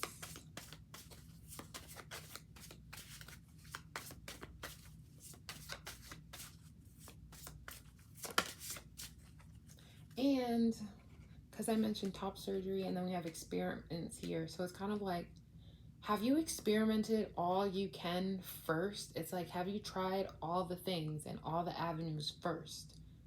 Because with student and open to lifelong learning, devotion to knowledge, it's giving me like, have you tried a binder? Like for the top surgery people, have you tried, I don't know, for the people who do want a boob job, have you tried a padded bra? Have you tried different things? Have you put yourself in scenarios not with heteronormative cis people who you think are just judging you and counting you out? Have you been around people who, are matching your essence? Because hello, again, I'm a weirdo. So if I stayed around these neurotypical people and closed-minded energies forever, of course I would feel like I have to transform myself to fit into their mirage of community. But when I'm around other weirdos, I feel like I thrive. I feel like I myself, when we're at WRDOHVN, a safe place for weirdos, then I feel acceptable. And then again, with you look like a shit show, it's like when you see what a weirdo is supposed to be represented in movies, they look like dweebs and shit shows and, you know, just a hot fucking mess. But it's like, you don't have to be that demonstration of a person. A weirdo to you could be whatever you want it to look like. Like, it could look like a bad bitch on the outside and just have a certain open-mindedness on the inside. Like, you let yourself be boundless. Don't be restricted by other people's prejudice of who they think you should be.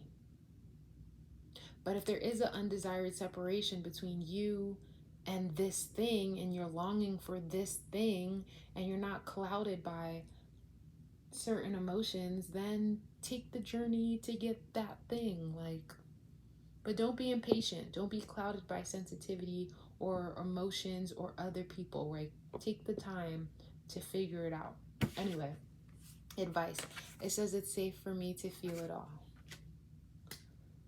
And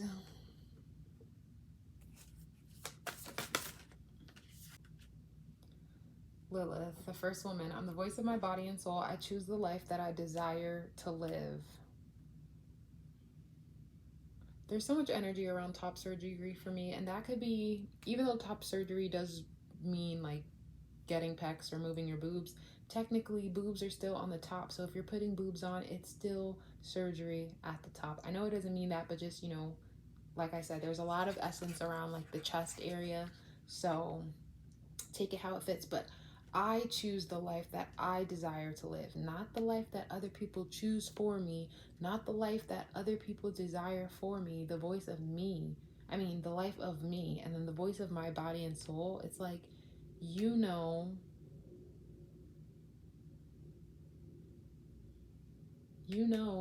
what you need, want, all of those things, okay? So do more meditation, clear out those doubts. It's not about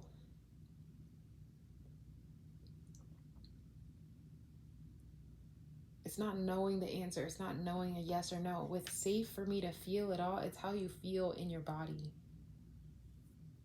It's how you feel in your soul, which goes back to tree spirit. And then we also have Mary Magdalene. It says, I'm the bridge between heaven and earth. I am fully human and fully divine, which brings me back to that energy of bridging the gender fluidiness, bridging your masculine and feminine energy. That could look like whatever you want it to look like.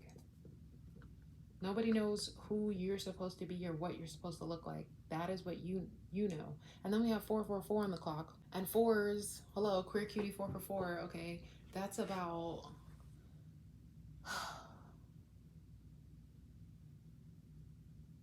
being exactly where you're supposed to be.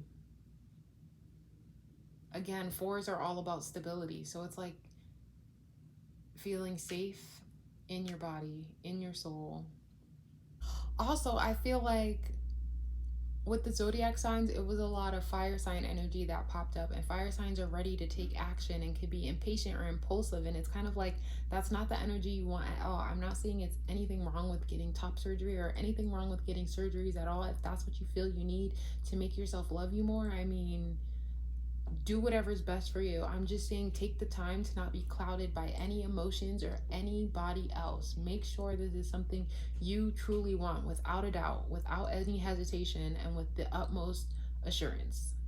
Okay, so this is what I have for you, pile 2. Thank you so much for watching, and I'll see you next time. Bye.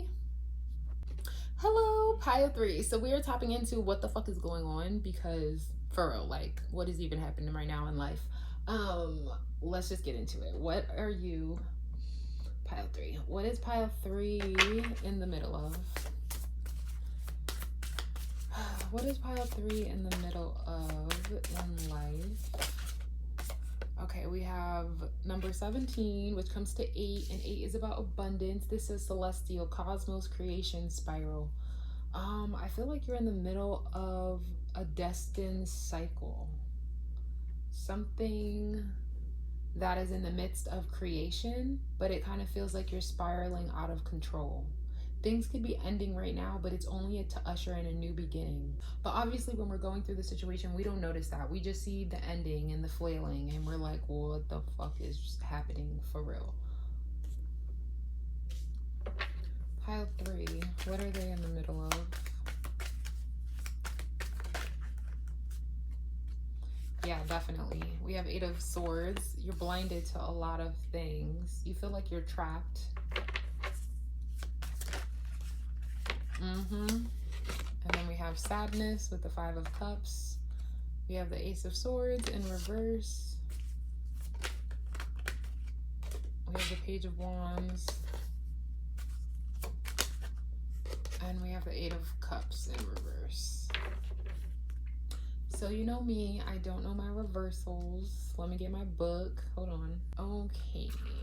This means confusion, which we already said, because you're spiraling and you're confused why things are the way they are. I mean, hello, the video is called What the Fuck is Happening? Clearly you're confused.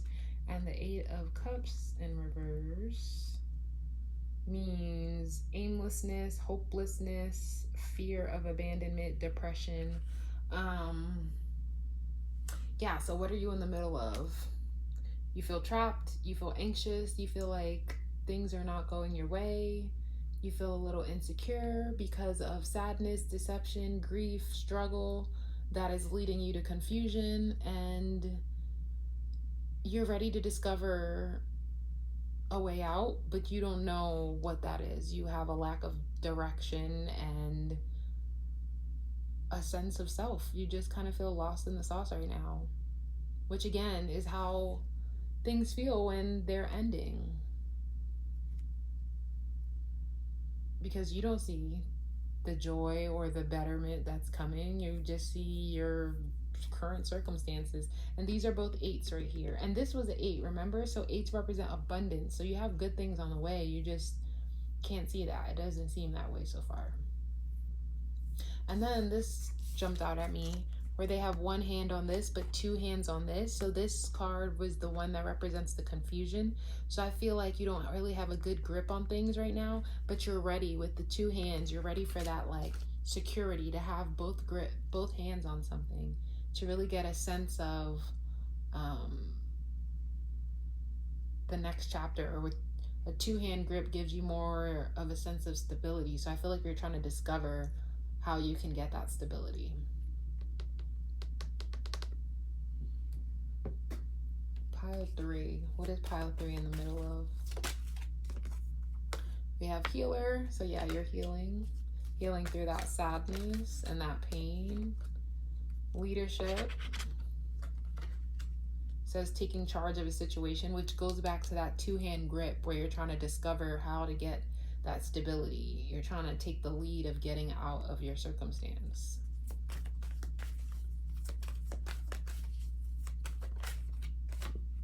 And it says nutrition.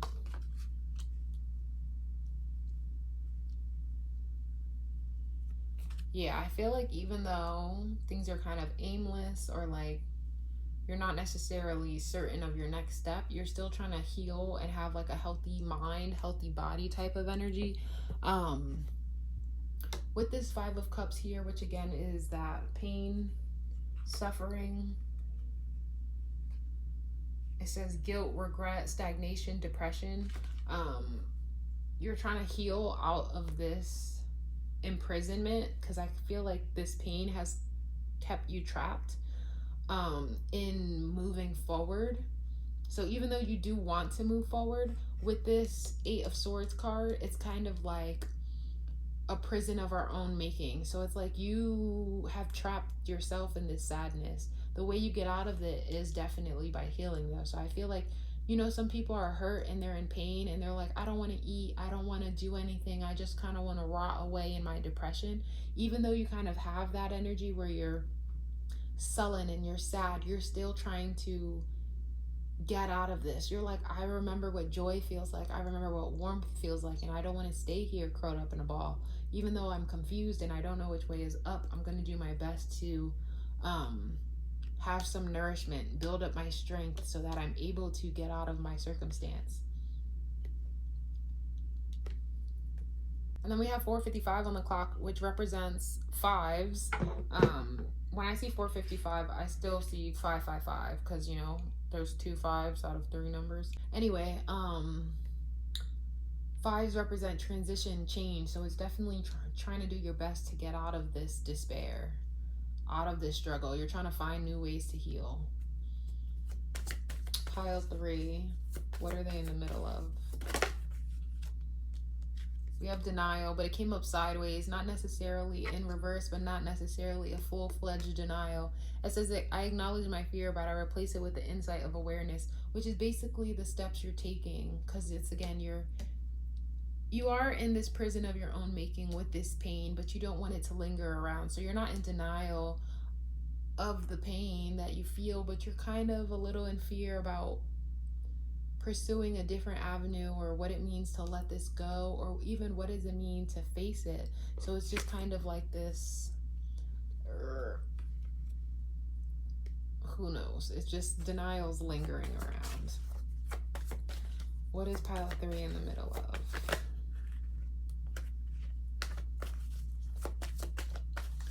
What is pile 3 in the middle of? Acceptance. Exactly. That's why then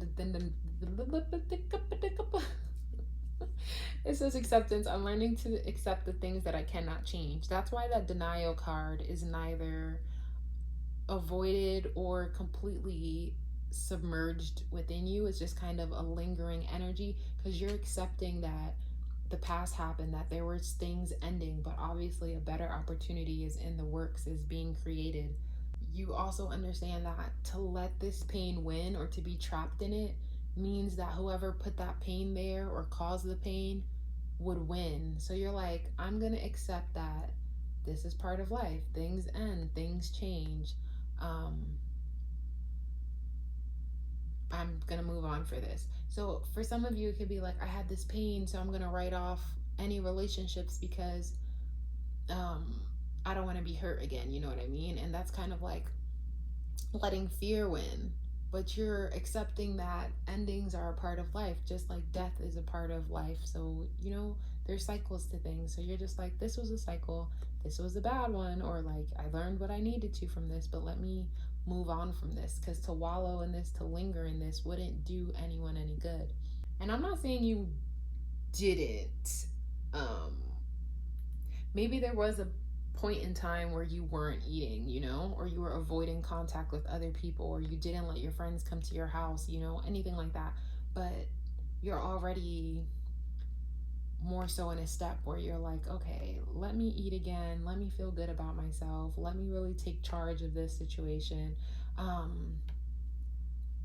Heartbreak aside, depression also was the meaning of a few of these cards.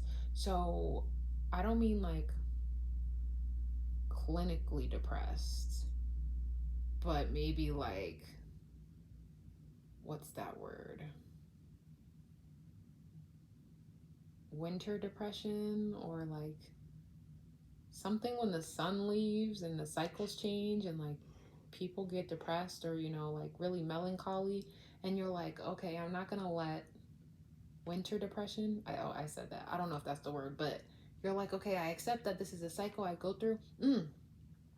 Or you could even have like autism or something like that, and you're like, I understand that there's these cycles I go through. Or you don't have to have autism, or like you get angry and you get in these moments where you're like, don't want to talk to anyone, don't want to deal with anyone, don't want to, you know, and you're like, I'm not in denial anymore about the cycles I go through or the feelings I feel sometimes, but I also know I don't want to be here forever. So I'm just going to accept that sometimes I go through these moods and sometimes these moments, but I'm still going to get out of this situation. Or you look around and you're like, damn, my house is a hot mess. Maybe this is the time where I clean it up. I stop feeling so trapped by my environment. There's a lot of you, especially, okay, pile 1 and 2 seem very specific, but pile 3, I feel like so many of you are going to pick this pile, so it's very broad. That's why new ideas keep surfacing. And again, you didn't want to be around people, but now you're ready to take charge of the situation, and you're like, come on, we're cleaning, we're doing laundry, we're having a potluck, we're letting people back into our bubble. We've been isolated long enough with our own pain. It's time to let other people support us and allow things to flow, things to shift into a new direction. What is life preparing you for, Pile 3? What's coming?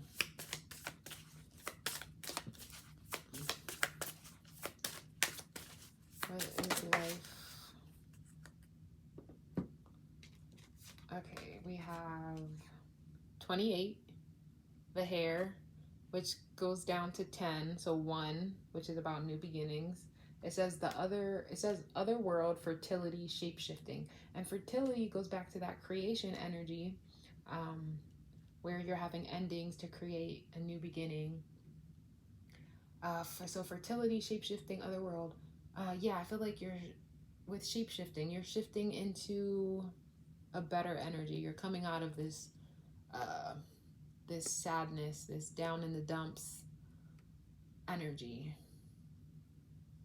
And for some of you, isolating yourself, choosing not to eat, and kind of like being by yourself to deal with your sadness is something you feel like you already healed from. You feel like it's more of a shadow aspect that you're like, I'm learning to overcome this. So you're not in denial that this is how you act or this is how you compose yourself. You accept that this is part of your cycle, but you thought this was something you learned from already. So it's kind of shifting out of that essence. Okay. What's coming? Yeah, we have Lemuria creating heaven on earth. It's happening.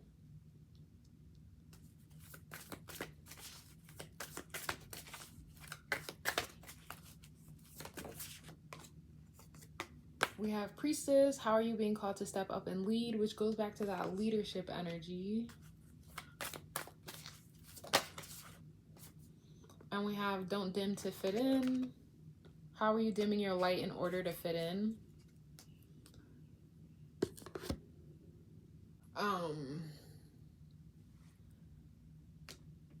Okay, creating heaven on earth. That gives me the energy of creating a safe place, a safe environment,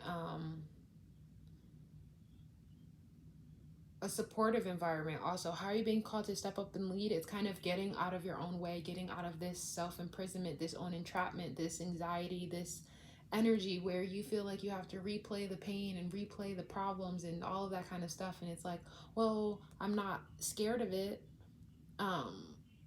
So we can keep talking about it. We can keep, it kind of is like racking your brain. You keep going through it in order to heal from it. But it's kind of like stepping up to and leading yourself out of this pain, out of your own way, out of this self-sabotage could also mean forgiving yourself, letting it go. With Don't dim to fit in, it's giving me, again with this, with the eyes being covered, it's being blinded to support.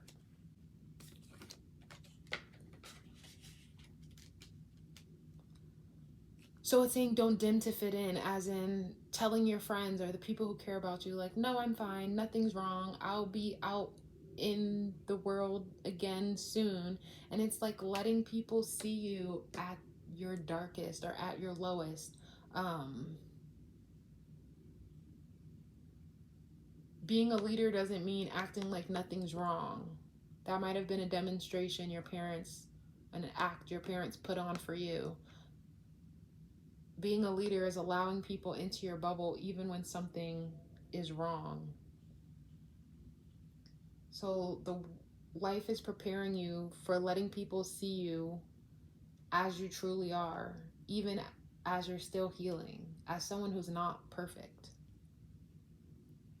And that goes back to the denial energy. Denying support when you truly need it is fear. Fear that someone's going to reject your pain or reject your worry or reject your struggle.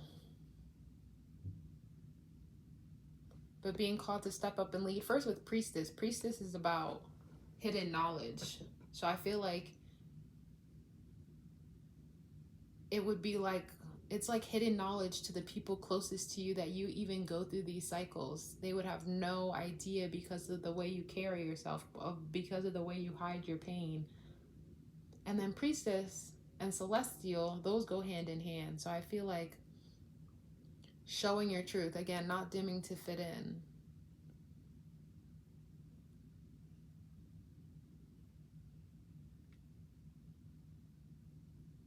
What is life preparing you for? Or life's preparing you for an other world. A world where your bubble is shattered because you're letting people see your true essence, your true pain, your true struggle. People shouldn't only love your light and what you can do for them. Heaven on earth isn't just light and bright and, I mean, theoretically, heaven is without pain and without struggle, without strife, blah, blah, blah. But we're bringing heaven on earth, and earth is still like worldly struggles, which is struggle. Heaven is, you know, bliss, but earth is struggle. So creating heaven on earth is having that support, that loving community throughout those struggles.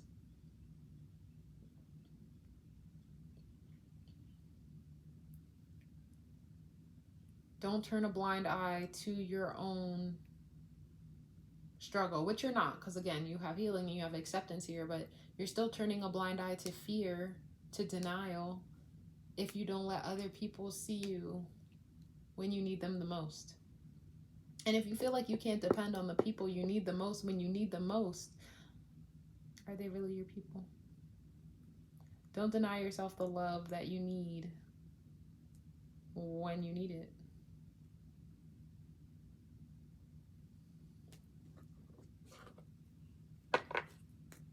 What is life preparing for pile 3? What's coming?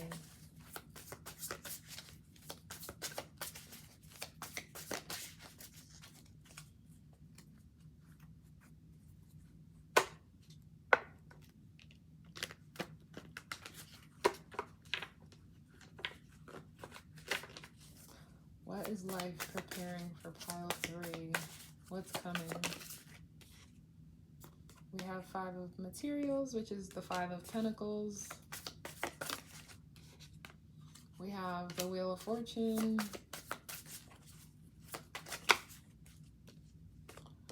We have the 6 of Swords.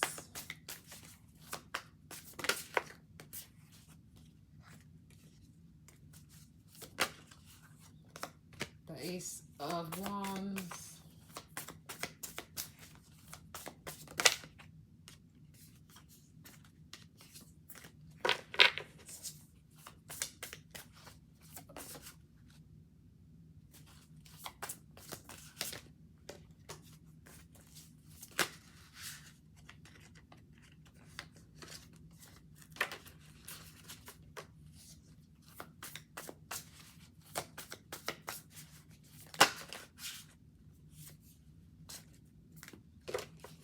Come on, one more card. Okay, and the 3 of Voices, the 3 of Swords. Okay, so yeah, as you can see in the cards, a lot of darkness.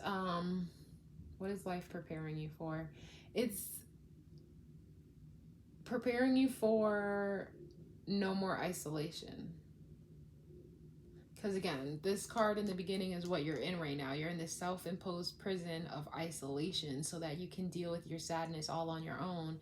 And then you're feeling confused because you want to discover a way out, but you just don't know. But what they're preparing you for is cycling out of this isolation. You're going to find good luck, I guess you could say, where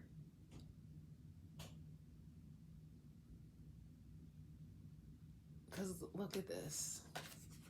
Isolation, wrapped up in your covers, in your bed, just poor me. I have no one on my side, no company. But then you see this hand reaching out. This is your people reaching out to help you. So it's kind of like you're coming into a cycle where you're not alone, where there's this sense of security, where there's this investment, there's this new beginning for potential, for people to see your pain, to see your tears, And even if you want to be alone, they're sitting on that other side of the door, just being in the pit with you of darkness, okay? But look at this light here. Like, yeah, maybe you're in your shadows, but you are radiating such a light.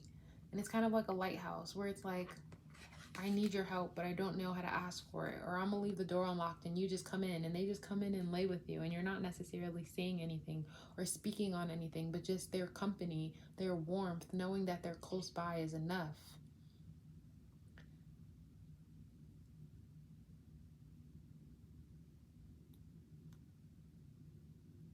You're finding new ways to heal. And I think I said that, but that's what life's preparing you for. There's new beginning. There's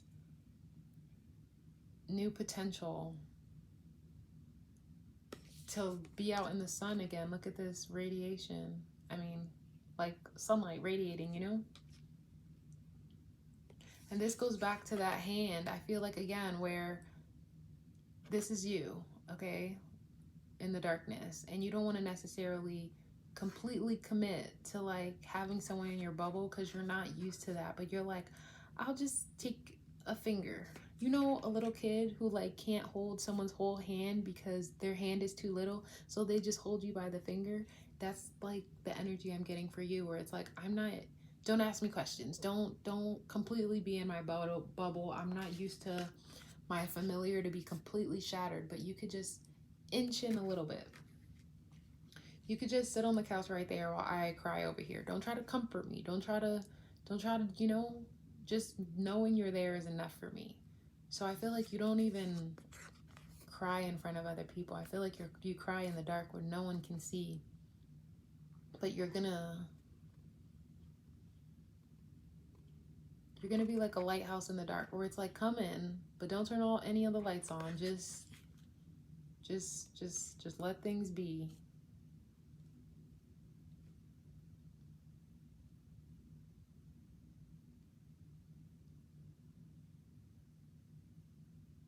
And then also with this, it's like, you see this light radiating off of them, where it's like a knowing, because it's coming from the third eye chakra. Third eye chakra is about, you know, intuition. So it's being around people who just know what to do. They just come in and they cook you meals and they let you be. Or they're like, come on, it's time to get out of your room. Let's take a shower. Not together, but like they're going to run the water for you. And they're not trying to fix you. They're allowing you to still feel how you feel. They're just in your bubble with you. And with stepping up and leading, it's not about healing yourself, that you're all fixed and better and nobody knows there was anything ever wrong. Stepping up and leading is allowing someone else to comfort you, allowing others to support you. Even if you have them at a finger length, an arm's length, that's the word I'm looking for.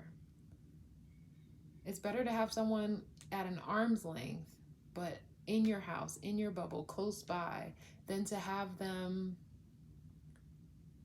at a phone's length where you have to call them, or where they're calling you and they're like the distance of you being upstairs in your room and they're downstairs on the couch and you guys aren't necessarily hanging out, but you know that they're there if you need. It's so much easier to call someone and be like, hey, can you bring me a hot cup of tea, or can you bring me, you know, a meal, versus calling someone and, you know, like, hey, can you come over? I feel like you're just going to be around people who support you, who understand you phase through cycles, and sometimes you're not feeling whole and you're not feeling yourself. Sometimes there's a dark moon over your aura and them still being there and you allowing them to be there for you. What is life preparing for pile 3?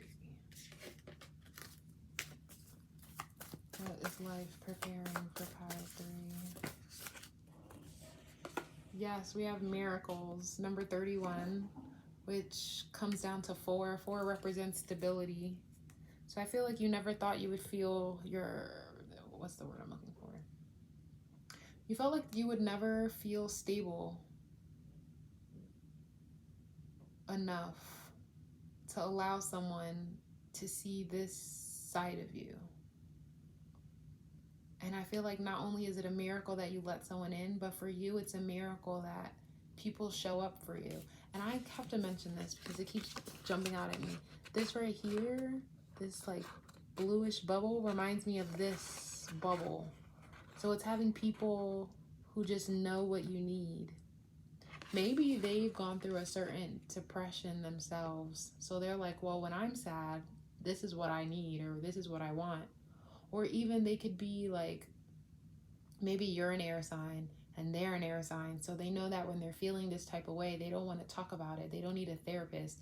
They need someone who gets them, which is someone who will just let them do their thing and isn't trying to touch you or coddle you or, you know, or do too much. Who will let you keep your distance but still be close by. So what's coming is a miracle that someone can see this side of you, this sense of sadness, to see you at your weakness. I feel like you always have this strong demeanor. So to be so engulfed in sadness is not a way so people see you often. So life is preparing you for this miracle that not only is someone seeing you like this, you're allowing it to happen. You're accepting that people feel down sometimes. You're not in denial of how you feel, but also to have people supporting you, accepting your emotions, not denying that you need something from them. It's just a full cycle miracle.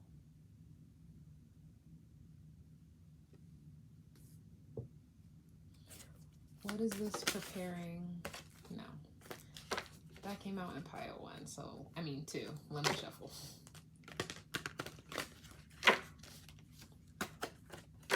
What is life preparing for pile 3?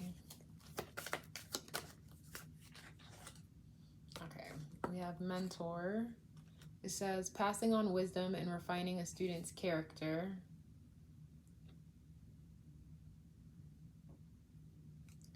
This gives me, like, again, taking you, your people will take you under their wing and almost not mentor you like you should do this, this, that, but I feel like your people are no stranger to deep levels of sadness like you are. So they kind of have their own tips and tricks, and it's like, I'm not going to say anything. Let's just sit on the couch and escape into a reality other than our own.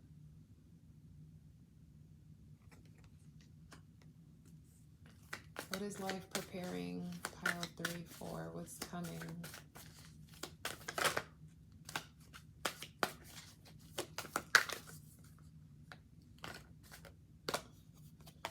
We have networker. It says, enhances unity through the sharing of information, engenders social awareness and empathy. Exactly. Networking with your people. Unity through sharing of information. You being open, like, hey, I'm no longer in denial about this pain I feel. Sometimes I get so down and blah, blah, blah. And you sharing this side of yourself enhances the unity and strengthens the connection. And it's like, oh, I go through this too. Or even if they don't go through this, with that sense of empathy, it's kind of like, and social awareness, it's like, wow, I was never aware that you carry so much pain. You're even stronger than I ever imagined. Like, empathy, I'm open to seeing both sides of the situation. Like, I can see now that your capacity for light is as deep as your capacity for pain and struggle, and your well of love is as deep as your well for pain. Like, it's just going to strengthen the relationships you have with others by letting them see your truth. And again, with this mentor energy, it looks like at the angle, I know this is her legs, but it looks like a pizza box open right here, like a box of donuts.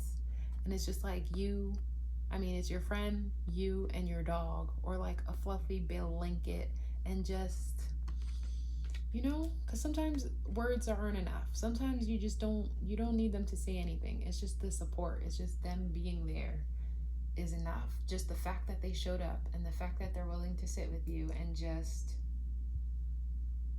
you know, it's just a demonstration of love that you haven't really had many examples of, which is why it feels like such a miracle, because you didn't know people would show up for you like this. Okay, so how can you lean into the change? How can pile 3 lean into the change?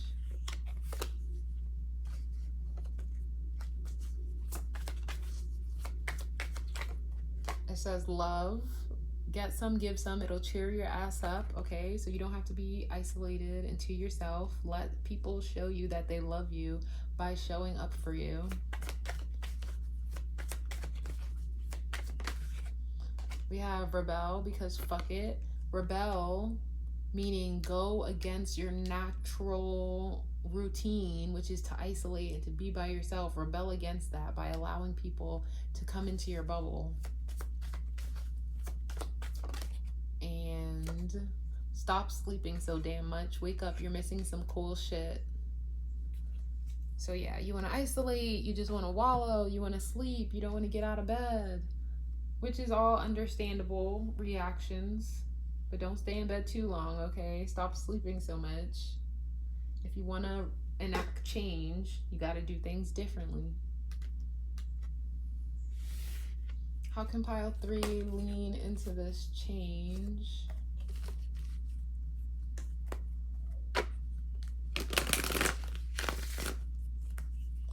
How can pile 3 lean into the change? We have opportunity. It says collaborates, which we already know is let your people in. Open the door to the people, okay? Welcome them, communicate with them, tell them this is how you're feeling, bring insight to them. Sometimes I get in these moments where I'm just completely depressed, completely out of it, completely isolated, and I feel like there's nothing going for me and there's no up and I can't see anything else, and I just get completely in my head about that. And allow them to be in your bubble. Like open the door to fresh air, but also to your people, which is a fresh air, a fresh perspective, because you've only been bouncing ideas off yourself. I'll never get out of this, I'm lame, I don't deserve better. And they come in and they're like, we love you, let's do something different, let's get out the house, let's rebel against your normal. How can pile 3 lean into this change? We have Aquarius, which makes complete sense if you are an Aquarius, which I did mention air signs, where it's like you just want to isolate and you want to do your own thing, even though Aquarius love their community and love their people. They're good at separating their emotions from their thoughts. So I feel like even though you accept how you feel, you don't necessarily feel how you feel. Again, it says detached right here. So it's saying be rebellious, be an Aquarius, be disruptive, switch from your normal isolation, let me be on the side by myself, and be more group oriented. And then we have Aries energy. It says the radical. It says daring, assertive, on a mission, impulsive, active. Yeah, get active. Get out of your own way. How can pile 3 lean into this change? We have beauty, okay, which goes back for me, and it has number 1, which is new beginnings. It says integrity of form and spirit, loveliness, grace. But for me, this goes back to stop sleeping so much, which is like you feel good when you look good. So it's like get out of bed, take a shower, which I mentioned that your friends will like run a hot bath for you. Brush your hair, you know, get out of that sullen energy, okay? So that at least you could cry looking good, you know?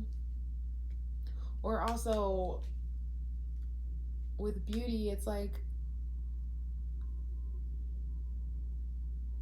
a hot shower does wonders, honestly, but even then, just brushing your hair, not feeling like a mess is one thing, but looking in the mirror and not looking like a mess to complement feeling like a mess, because again, you can Aquarius energy knows how to compartmentalize, knows how to detach from certain things. So you're like, even though I feel like shit, I look like a bad bitch. Like I could run with this. Like, now I feel a little sparky, courageous. Maybe we should go out to eat or something like that. Like, this can have a trigger effect. This beauty, feeling lovely, on a lot of things. Because then you're like, okay, I took a shower. I feel like I'm capable of some things. You know, let me see what else I can do. And then we have falling in love as number 22 is about balance. It says kissing the divine in another, in yourself, which goes back to that beauty energy where it's like loving, again, with this acceptance energy, loving yourself enough to allow love in, okay? But also loving yourself enough to feel good about yourself, to change the way you think about yourself. Because you're not a hot mess who doesn't deserve support and attention, who will just kill the vibe and weigh down the others and dumping unnecessary emotional whatever on your friends. I don't know, something like that. Your friends are more than capable to carry this weight and to handle this energy. So allow them the opportunity to rise to the occasion, to be there for you. And lastly, advice about your circumstance. Advice for pile 3. It has 2. Do I want them? I'll just keep the first one because the other one came out in pile 2. It says, I trust that though I may not see it now, there's a greater lesson for me in this. So this keeps going back to this Aquarius energy for me, where it's just like this, where it's like, I'm used to isolating, I'm used to detaching, I'm used to figuring things out on my own. I don't understand why I should let someone in. Why should I tell them about this? Why do they have to see me at this weak, at this low point?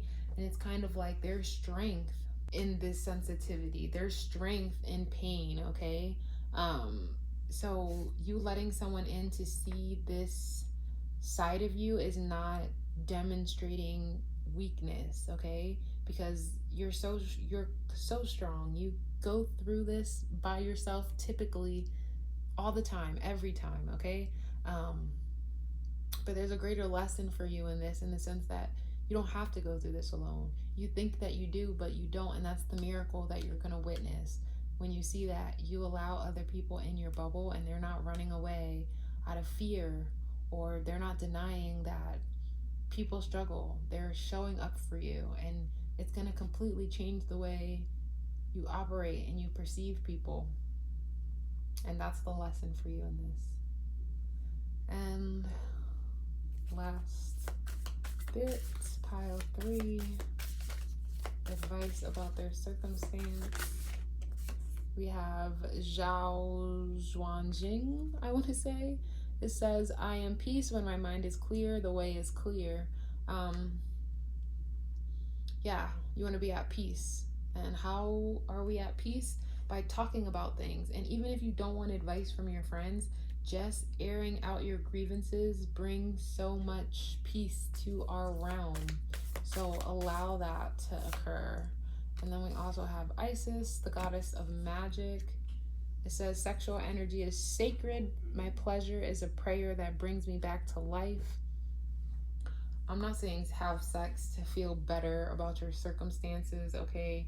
But I mean, maybe masturbate to feel better about your circumstance. But with pleasure, it's like being able, okay, Aquariuses are like the black sheep of the zodiac. We're weirdos. I'm an Aquarius. We feel like we don't have many people in our corner, in our bubble to rely on.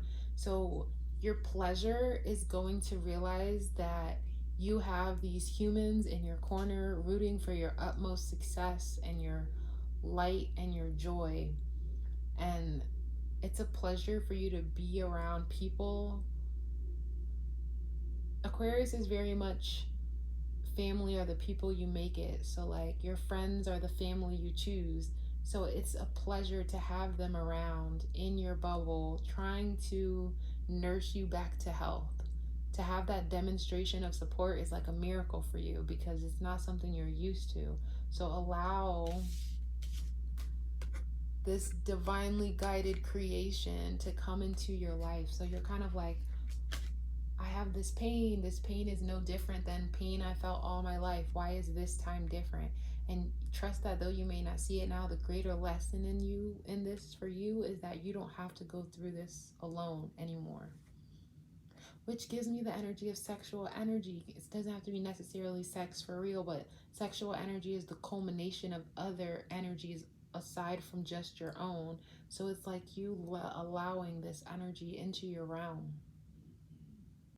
And it just made me think that falling in love with yourself card is like, don't you want someone to fall in love with you and love all sides of yourself? You need to be able to show all sides of yourself. So this is like many steps towards that. Because if you can show and reveal and not deny your true essence in front of your friends when it comes to someone you love, it'll be so much easier. So it's kind of like you have to see the beauty in your pain enough to allow someone else to also experience that pain with you.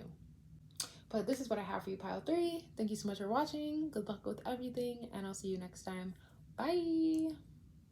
Last but not least, pile 4. I recorded all the other 3 groups in a row, and then for your group, I just went and took a bathroom break. So I feel like your group is going to be different than the other groups. But this is what the fuck is going on. So here we go. Pile 4. What is pile 4 in the middle of?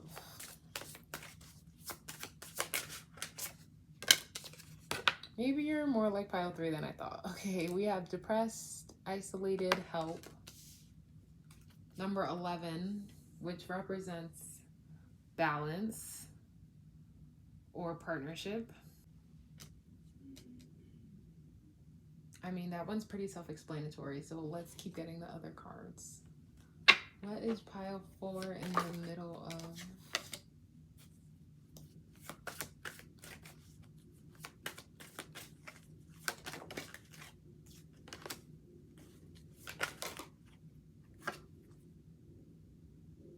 Do I want them? I'll keep it.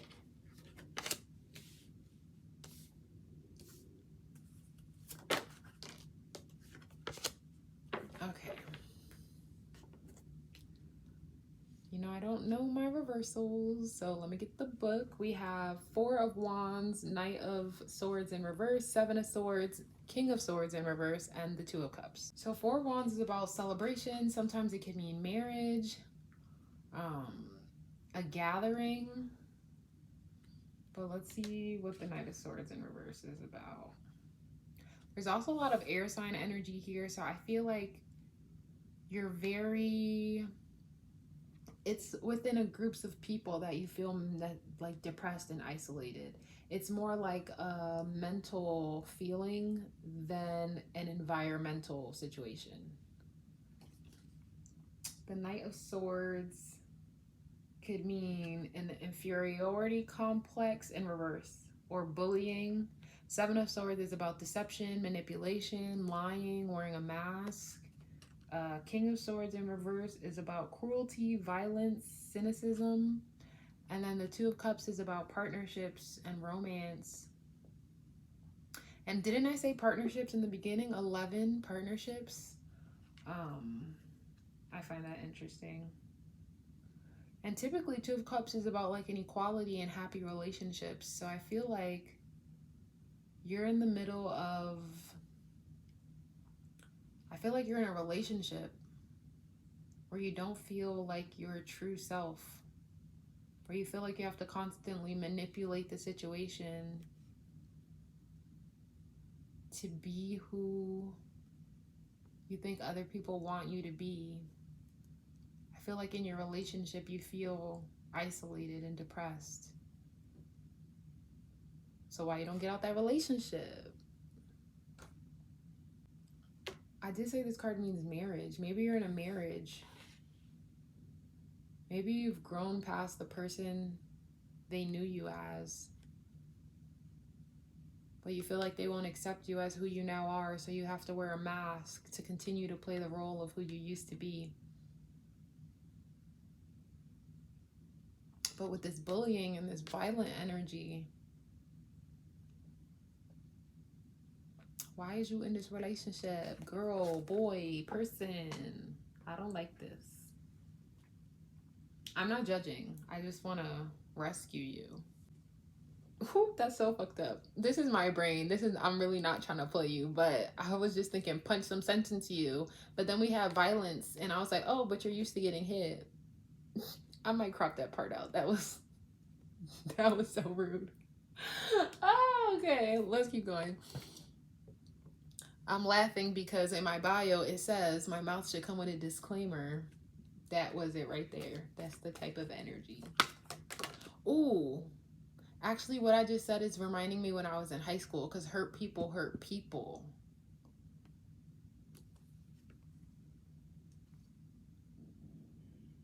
Do I want these? I don't want these because it came out twice. I think two. I wanted one at a time.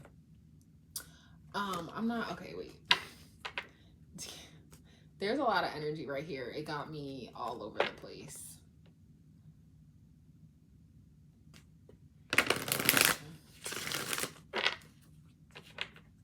What? I also have chills. I haven't had chills with any other group. And not chills, almost like goosebumps. But for me, it's giving like paranoid energy. Not like goosebumps when you have a ghost, but kind of like you almost can't even enjoy yourself because you're like, did you hear that? Are the keys jingling? Are they about to come in the house? Like, you gotta go.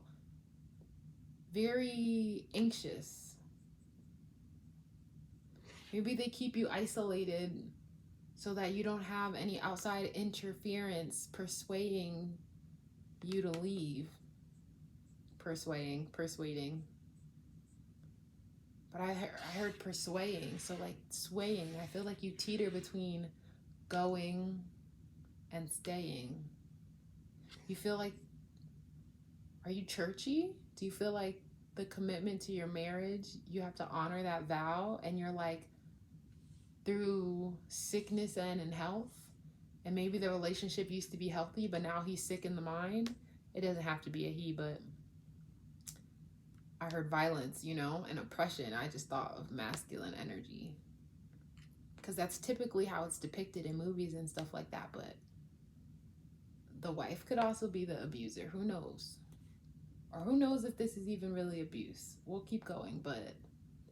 Or it's even giving me that they pretend to be someone. They wear a mask in family gatherings and stuff, but they're actually this cynical, violent, bullying person.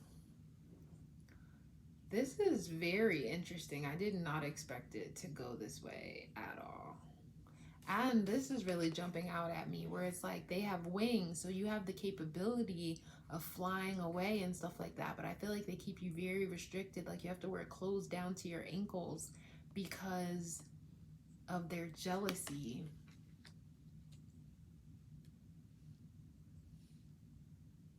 Or clothes down to your ankles. That could go back to a religious thing where, again, why you feel like you can't leave the marriage, a certain commitment to this contract.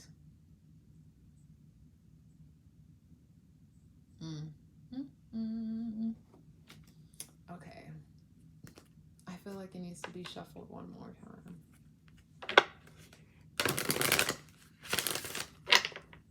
What is pile 4 in the middle of?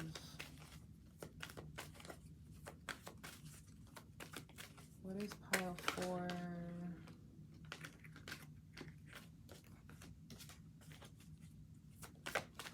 What is pile 4 in the middle of?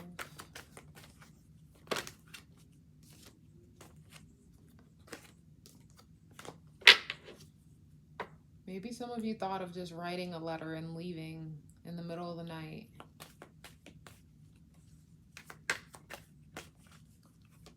What? And the way the cards keep jumping out, because I like to take one card at a time, but 2 cards keep popping out. I feel like that goes back to you. Even though you feel isolated, you want help within the connection, they don't let you do anything without them. The way the 2 cards keep jumping out together, it's like, if you go, I go. If you go, I go. And when do you have a chance to even get your head on straight or think about anything else with them constantly looming? That goes back to looking over the shoulder energy, hearing the keys jingle. And this too, right here, the snakes in the background, it's like you're so interwoven.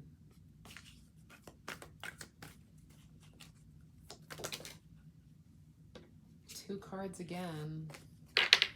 Can we get one card, please? What is pile 4 in the middle of? We have career change, but this just gives me change and energy.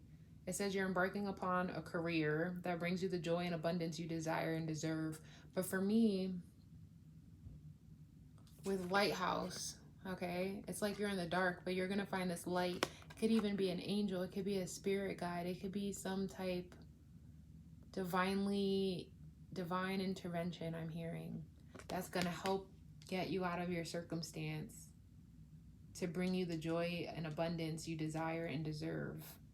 Because you definitely don't deserve to live in a fear-monger, depressed environment.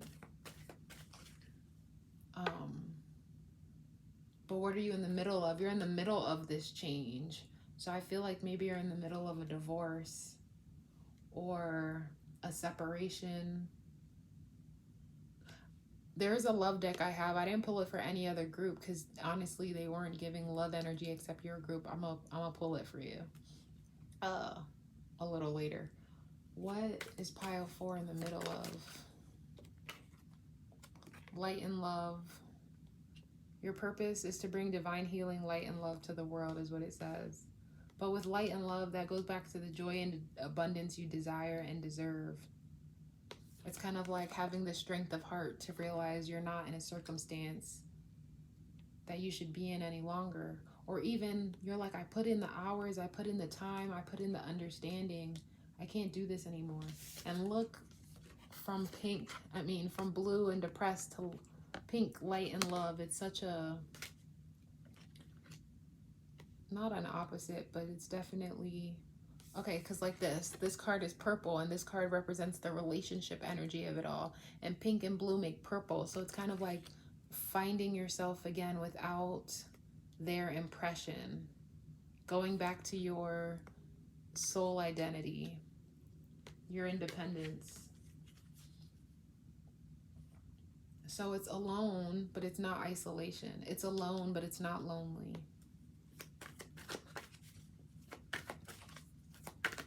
What is pile 4 in the middle of? We have oracle cards.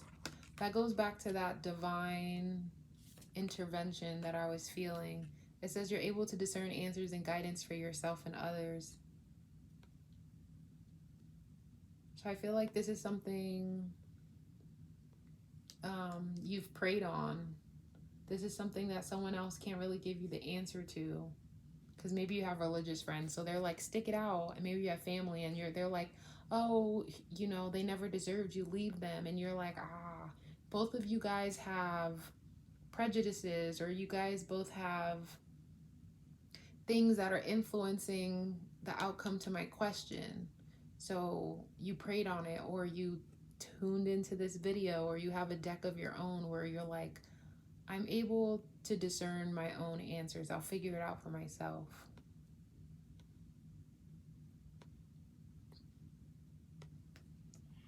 And what the cards tell you, the cards told you that it's time to go. That's why we have this change energy appearing. What is pile 4 in the middle of? I feel like it also just got brighter in the room. I don't know if you were able to tell on camera, which goes back to this light and love energy, where you're like, I love myself enough to change my circumstance. What is pile 4 in the middle of? Balance. And I said that in the beginning with that 11 energy. It says, I bring in a state of perfect harmony into my world, and I do so without judgment. Yeah, you don't judge yourself for being in this situation for so long. You don't judge yourself for sticking by them or being blinded by love or anything like that. You're just like, I did what I can. I played my part as well as I could. I did as much as I can as a wife or a husband or whatever the case may be. As a healthy partnership, I showed up for that role, but it's time to balance things out where I need a sense of harmony. And constant depression is not that. Which goes back to that light and love energy, where you're trying to find something better, more, giving yourself what you deserve. You're like, I deserve equality. I deserve someone to match the energy I bring. And I haven't experienced that yet.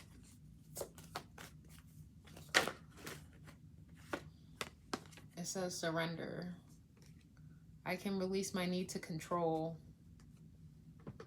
Yeah, I feel like you try to control things for a while, which is maybe why it took so long to come out of this energy. Everything happens with divine timing, which again goes back to this divine intervention card. And it's like, maybe you were gathering your strength in this time. You were gathering your courage to get out of your circumstance, whatever it means, but release the need to control. I feel like in the past, especially when it came to family gatherings and certain celebrations and like, you know, instances around other people, not only were they playing a mask of like this healthy partner, but you were also playing a mask or a certain role because you were trying to control your narrative, where you didn't want to be seen as a victim or a slave or literally it could be so many things, but you were just like, let me control this to the best of my ability. I don't want them to perceive my partner as a villain or toxic or anything. And you're just kind of like surrendering to all that, and you're like, none of that is my responsibility. My only responsibility is to myself and to love and to joy, which is something I haven't felt in a while. So let me again change it up. Let me switch up my circumstances. What is this preparing pile 3 for? I mean 3. Obviously I know this is pile 4. I'm trying to figure out, why did it say pile 3? What was pile 3 about? Do I remember? Oh, okay, I remember now. Pile 3 was about having a certain sense of pain and grief and depression and isolating themselves from their people and from their support system because they didn't want people to view them as weak. So I feel like with you, it's the same situation where you're finally surrendering to that energy, where you're like, I'm ready to lean on other people for help. I can't get out of this situation myself. What is life preparing for pile 4? What's coming?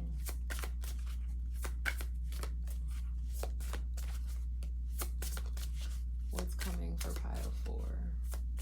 Oh, right. The love card I said.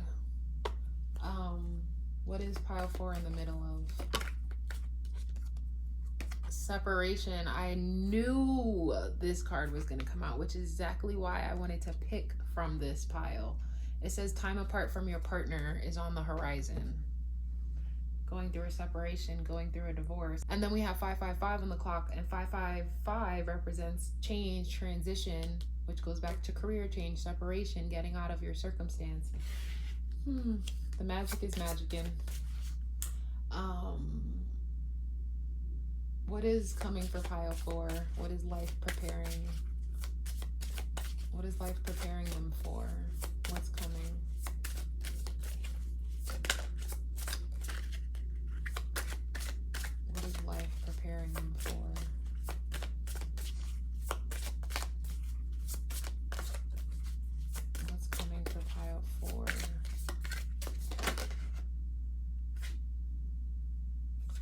This card came out for pile 1, so I'm actually not going to keep it, but I just wanted to show it to you.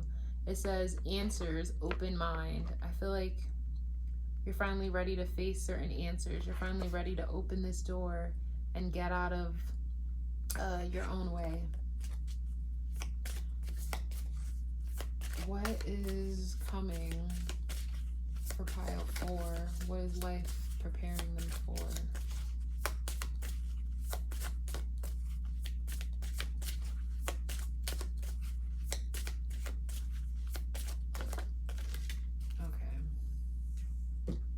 We have number 3. 3s represent collaboration, but it also could represent community. For me, it feels like support. You know, your friend is going to let you live in their house while you get away from your circumstances. But we have beginnings, opportunity, and willingness.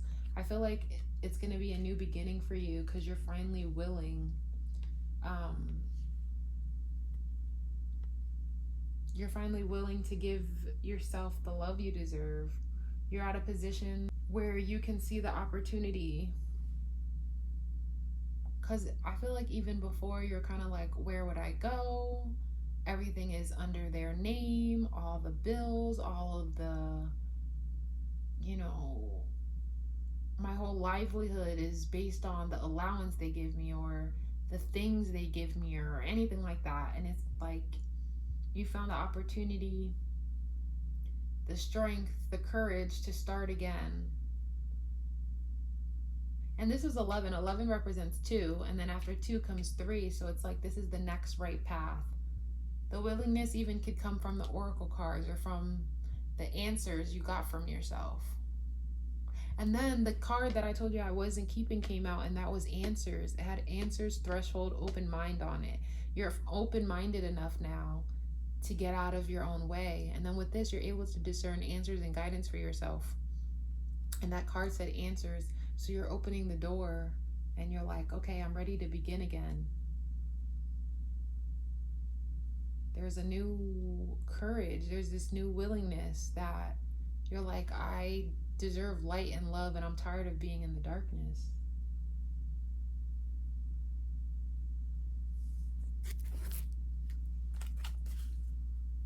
What is pile 4 being prepared for? What's coming? Yes, birthing a new age.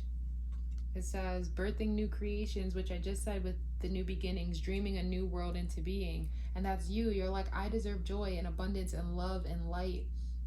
And I'm finally willing to provide those things for myself since I'm in a position where it's not being provided for me.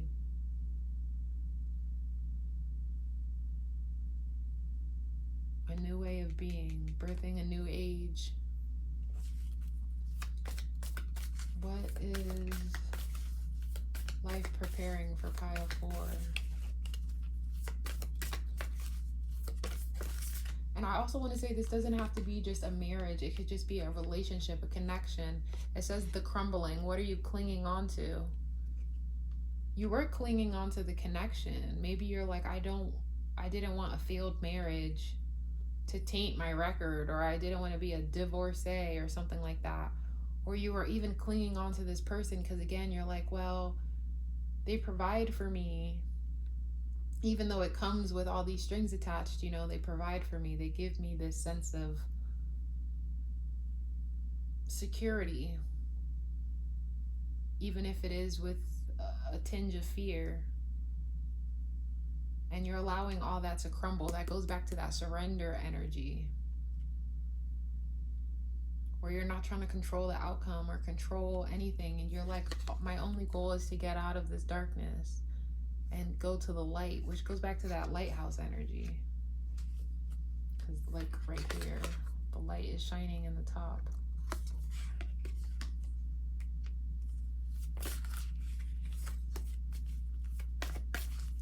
What is life preparing for pile 4? What's coming?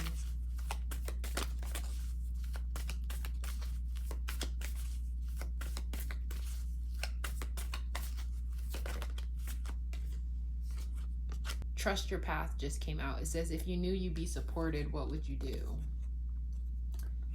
and your family wasn't like, why would you leave him? He's such a good man and he provides all this stuff for you. And you're like, behind closed doors, it's a whole nother conversation. It's a whole nother situation. Little do you know, he beats the shit out of me. Like, you have no idea.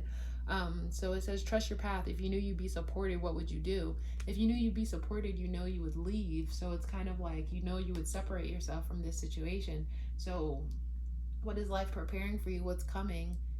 Separation is coming, a crumbling, so that there's no, you can't look at it and be like, oh, that's where this used to stand. Like pretend it was like a monument or something like that. And then you're like, oh, or even a battleground. I'm getting like, you know, they're like, oh, this was the battle of 1864 where this and this happened. But it's like everything's gonna crumble so that there's no recollection of what was. The only way you're gonna remember that this even occurred is the memories you have. But trust your path, trust the guidance, trust your angels, trust the direction you're being called, that this is no longer the life for you, and that you'll be supported as you create a new beginning for yourself. Okay, this.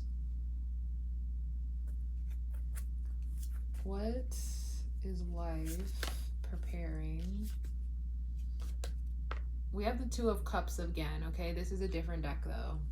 So we have the Two of Cups here, which is where your person was, where there was supposed to be this meaningful connection of equality. But it's saying what is preparing, what's coming, eventually a new relationship. I don't know if you feel as though because you went through something like this, again, I remember I heard you say, I don't want to be a divorcee, or who would like me after my record was tainted or anything like that. I feel like you'll have this new connection, someone who mirrors you better than your person ever could. Also with your person, I get the energy you met when you guys were young, because I said in the beginning, you were the one who had to wear a mask to have them believe you were still the person you used to be, you know what I mean? But you've outgrown that energy. So I feel like this new person is definitely going to mirror more of your true essence, and is also going to be willing, again with this willingness energy, is going to be willing to accept you through all stages of growth. For some of you, the person, okay, with this trust your path energy and surrendering, for some of you, you already found someone new, and this person has just been patiently waiting for you to separate from your spouse, and you can release the need to control because you didn't want people to talk shit because you moved on so fast.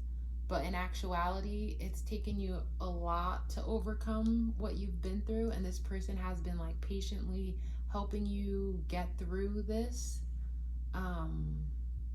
Because maybe you've been separated for a while, just not officially divorced. For others of you, you think because you went through this circumstance and such heartbreak and like such bullying and trauma that you'll never be able to love again or trust again. And it's like there are people who will support you, and you will eventually be able to be in a healthy partnership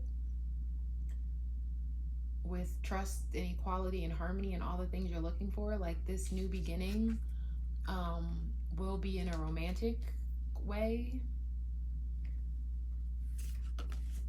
So for some of you, I feel like you've already been dating this person on the low, and you'll finally come out about it. And for others of you, you think it's going to take such a toll on you and you'll never find love again, but just like surrender and trust the support when it surfaces. And then we have Three of Cups, which represents indulgence, friendship, community, which goes back to that community energy where it's like definitely lean on your people for support. Okay, if they knew the truth, if they knew the true circumstances that you go through, they would have tried to save you ages ago.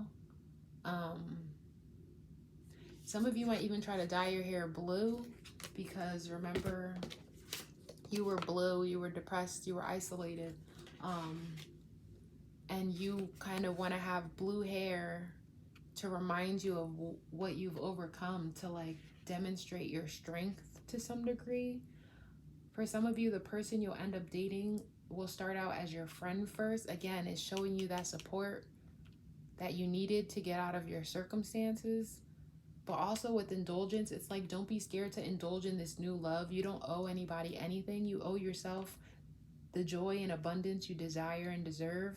And you've been disconnected from that for so long. So if you find someone who you feel safe, supported, you trust the experience, allow yourself to fall into that, I guess you could say.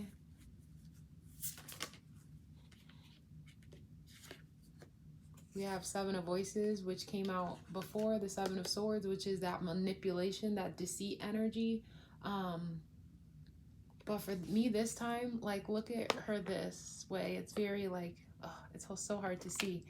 It's very like natural beauty, versus down here, which is more like a scary, shadowy aspect. So I feel like you're going to be in a position where you don't have to manipulate like you used to be. You don't have to wear a mask of who you think other people want you to be. You'll feel very honest. And then the Moon card, which is Pisces energy, there's definitely fear. There's definitely hidden subconscious shenanigans lying in wait to disturb you. And then we have Four of Wands again, which was that energy from the beginning. So basically the circumstance you're in and what life is preparing you for, what's coming, are very similar, but it's more in a healthy way. That's crazy, because in the beginning you started with the Four of Wands and you ended with the Two of Cups, and this time you started with the Two of Cups and you ended with the Four of Wands, and both times the Seven of Swords is in the middle. So what life is preparing you for is a love you can truly indulge in, where you don't have to wear a mask. And of course there's these subconscious fears because of what you've been through. It only would make sense that you had this secret darkness that you have to get over, and you have to learn to turn your back to, so that it doesn't cloud your new situation. But there's going to be this sense of support from the people you can really rely on, but also a sense of community, a sense of stability, this interconnectedness with the people you can rely on.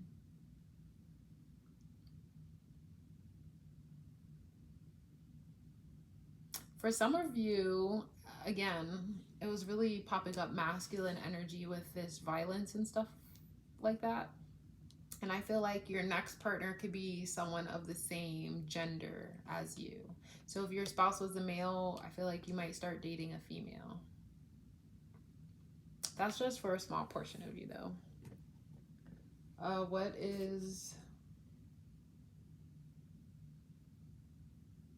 Okay. I will draw this deck, but let me go in the order that I've been going in.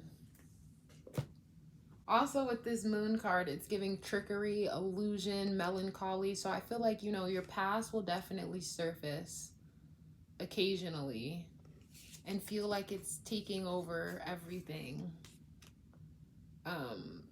But don't hide your pain or what you've been through or anything like that. Let people support you. I feel like you might even have to find like a community or like a group to go through, like Battered Woman or Traumatic Experience Club. You know how there's like AA, a version of that for you to help you get through this. Because sometimes it's easier to talk to people who knows what you've been through.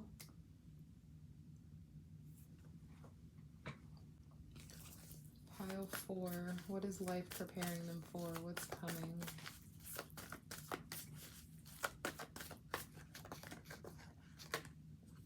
We have stillness,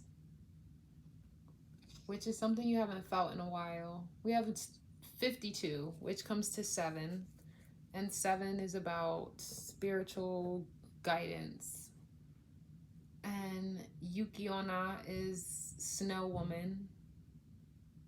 So I feel like, you know, when it's snowing and like there's no footprints in the snow or anything like that, there's just this stillness because it's so cold out there, you know?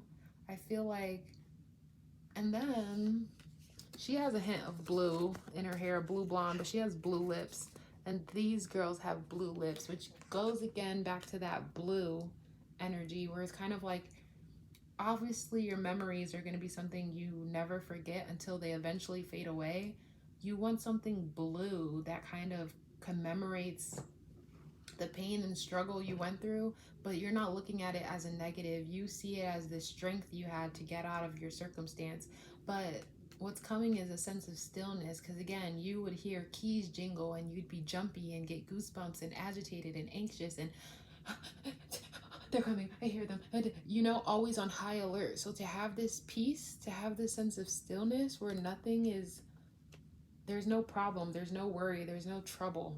That's something you're very much looking forward to. What is life preparing? We have shapeshifter. It says skill at navigating through different levels of consciousness, ability, oh my God, I can't read. Oh, see? Because when you're cold, you shiver and then you start stuttering. So I feel like you're gonna go somewhere cold. And even, oh, see, that reminds me of Enough with J-Lo. Because if you go somewhere cold, you feel like they won't be able to find you. Not that you would ever go back to them, but you don't want the trouble of them finding you and trying to persuade you or just knowing where you are. So you're like, let me just move to Alaska so they can't find me. I don't know. Again, that's for a small group of you though. Skills at navigating through different levels of consciousness, ability to see the potential in everything. You, again, because you deal with oracle cards or because you watch tarot readings, you have this sense of, and you were waiting for that divine, that guidance, the divine intervention, ability to see the potential in everything. And that's probably why you're able to move on so quickly. It's not so quickly. Again, you've even in the time where you were still with this person, you were doing your best to overcome them. Or maybe even because you aren't the person you used to be, you only pretended to be so attached to them, but really you surrendered a while ago. So ability to see the potential in everything, it's kind of like you're like, okay, I understand why I went through this or why I had to overcome this or how I got in these circumstances or what I had to learn. Like you see the potential in your pain, and that helps you shift out of the pain so you're not wallowing in it. You're like, they already stole so much from me, I'm not going to let them take anything else.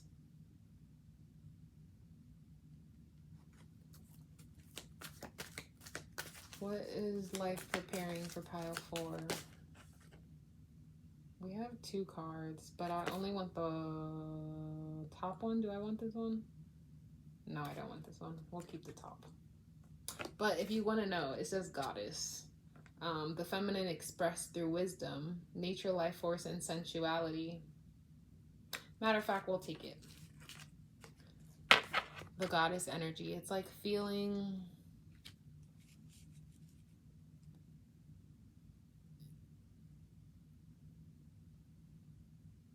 It's like seeing the beauty in yourself. It goes back to that light and love energy, getting what you deserve. And then with angel, it says helping those in need with no expectation of return.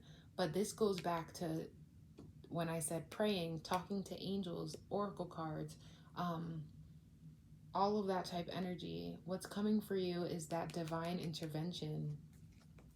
And you're going to feel like these people who help you are angels because they're not expecting anything in return. You're not like, oh, one day I'll pay you back for this, or, you know, I'll pay it forward or anything like that. They're like, I'm helping you because you deserve to be helped. Like, because I was guided to assist you. Like, it's nothing more than that. It's like when someone's sad and someone gives them a hug, you don't pay someone back for that hug. They just reached out with open arms because they felt like that's what you needed in the moment. So it's kind of the same situation where it's like, I'm helping you because I know this is what you need right now. To see the ability, the potential in everything, it's kind of like this relationship helped you get a backbone, helped you see what you don't ever want to experience again. So it was just kind of like a necessary evil, to get out of your own way is what I'm hearing. Because maybe you're also an angel and you help people with no expectation of return, and you always give and give and give, even to your detriment. And this is finally having that angelic energy return to you. And then for the relationship aspect, the feminine expressed through wisdom, this goes back to that. If your spouse was a man, now you're dating a woman type of energy. But that's just for some of you. If your spouse was the woman and now you're dating the same gender, I still feel you have this certain femininity that you kind of kept locked away, which goes back to that wearing outfits to your ankles energy, not being able to really express a certain nature to yourself that you like, sensuality, life force, nature, that you're finally able to tap into. What's coming for you? Freedom, peace, community, honesty. How can pile 4 lean into this change? We have, you are talented and fucking amazing. The world needs your power. Use your voice. Just don't use it for dumb shit. Yeah. Complaining is only going to get you so far. Use your voice to be like, I fucking quit. You fucking suck. You don't know how to appreciate me and what I have to offer, and that ends now. Because I'm a talented, fucking amazing angel who deserves far better than anything you'll ever be able to give me. We have eat your fucking vegetables, eat some shit made by Mother Nature. Which for me just means get healthy. That means get healthy within your environment, within your circumstance. Which goes also back to balance. Balance. That was down here.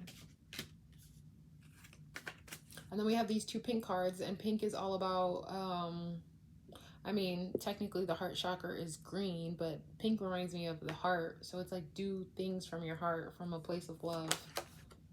And then we also have money, make it rain. It's like, yeah, they were someone who provided for you, but you'll be able to provide for yourself. Think about what you were capable of before you met them. And then now you're even more capable because you've learned so much about yourself and your capabilities while being in these horrible situations. How can pile 4 lean into this change?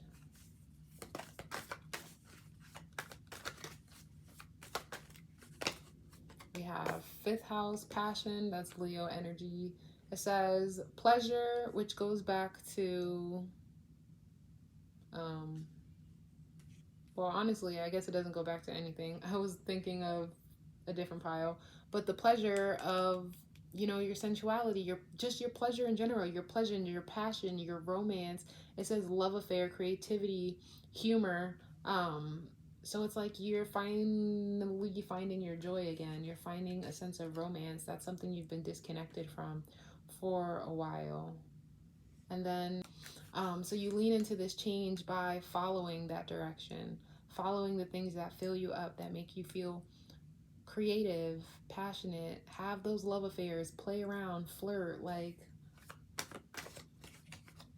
oh, I did want to do that card real quick.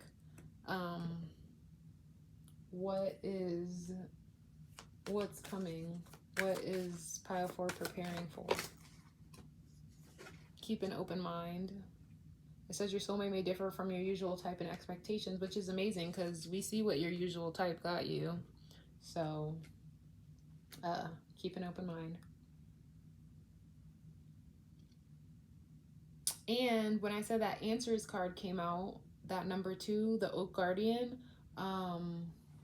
it said answers, open mind, threshold. So it's like, just keep an open mind, even if you think you like, oh, it's too soon or this or that.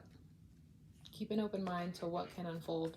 Keep an open mind when someone is coming in trying to support you and help you and let you live in their house. But it's time to be lighthearted, to play, to follow your passions. Yes, much better. Fourth house, which is Cancer energy. It says family, home, comfort, cooking, which goes back to eat your fucking vegetables, self-care, inner world. So yeah, I feel like you're definitely going to move, which goes with career change and that separation. Because once you get out of this home, even if you know your family or whatever, once you get out of this familiar habits, you can plant roots elsewhere.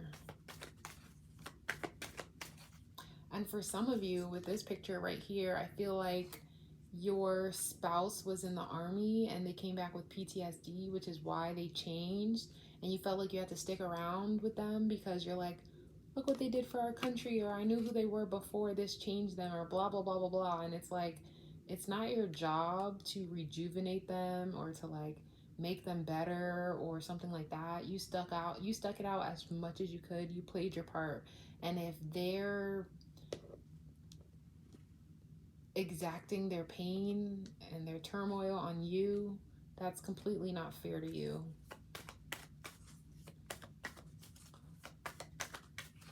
How can pile 4 lean into this change? Yes. We have empowerment, okay? Empower yourself to realize you deserve better. The joy and abundance you desire and deserve. The pleasure and passion you deserve. The family home that you deserve. The comforts. It says enhance, strengthens, join forces, allies with,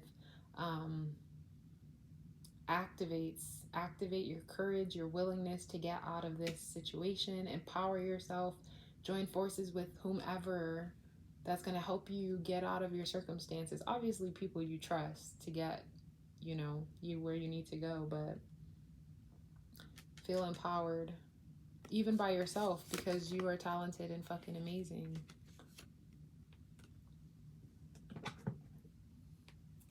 How can pile 4 lean into this change?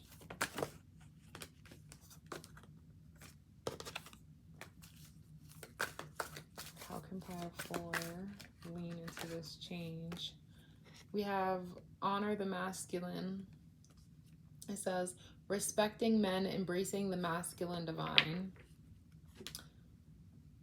Which does not mean respect your spouse, because I told you that masculine energy was popping out at me when it came to the violence and whatnot. I'm not saying all men are violent, okay? I'm not saying that, but I'm saying toxic masculinity definitely demonstrates certain qualities that I were feeling in this reading. But when it comes to embracing the masculine divine, I feel like you have to type into your own masculinity, where it represents power, structure, dominance to some degree, where you have to take the reins of your own life and stop giving other people control, where you just let things happen to you. It's more of taking the reins and honoring your own, because we all have masculine and feminine energy, right? So a feminine energy is more sensual, more passive, more love, more healing, okay? Masculine energy, because I'm thinking of the Emperor card, which is more, again, power, structure, leadership, taking the lead in your own life to do better for yourself, to give yourself what you deserve. And violence, bullying, you don't deserve that. And then we also have transparency. It says honest, authentic, genuine, present. So how do you lean into this change? You're honest. You're present in your life. You're looking at your circumstance like, wait, what the fuck? Why am I here? You're authentic to realize that you are amazing and talented and you deserve so much more than what they have to offer. you're present in your situation where you're not looking at them as who they used to be or who the potential of who they could be. You're looking at them in the present moment of who they are. You're believing what you see, and what you see is not the best. So it's time to get it off your chest and be like, I need to go, because you're not the place I want to call home. Okay, and advice about your circumstance, and then we're done. Advice for pile 4 about their circumstance.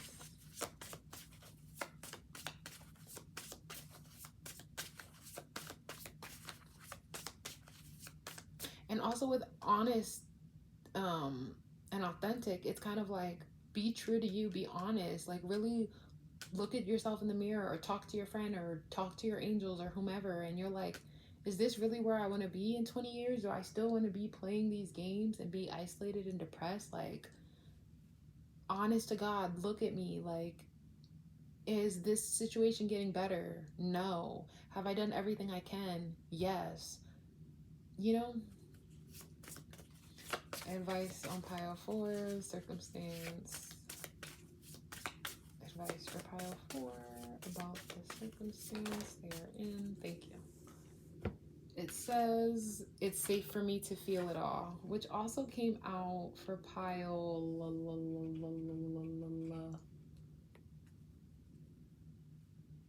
2, maybe? So I want a different card.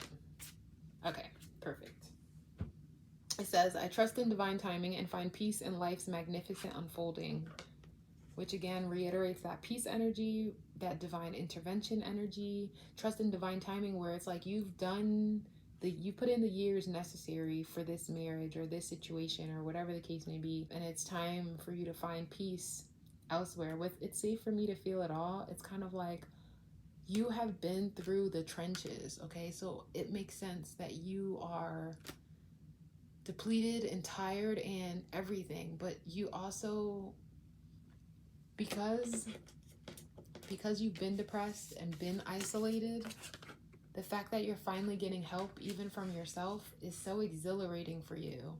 That with it's safe for me to feel it all, because you've been through trauma doesn't mean you only have to feel pain, because again, that new relationship is going to surface.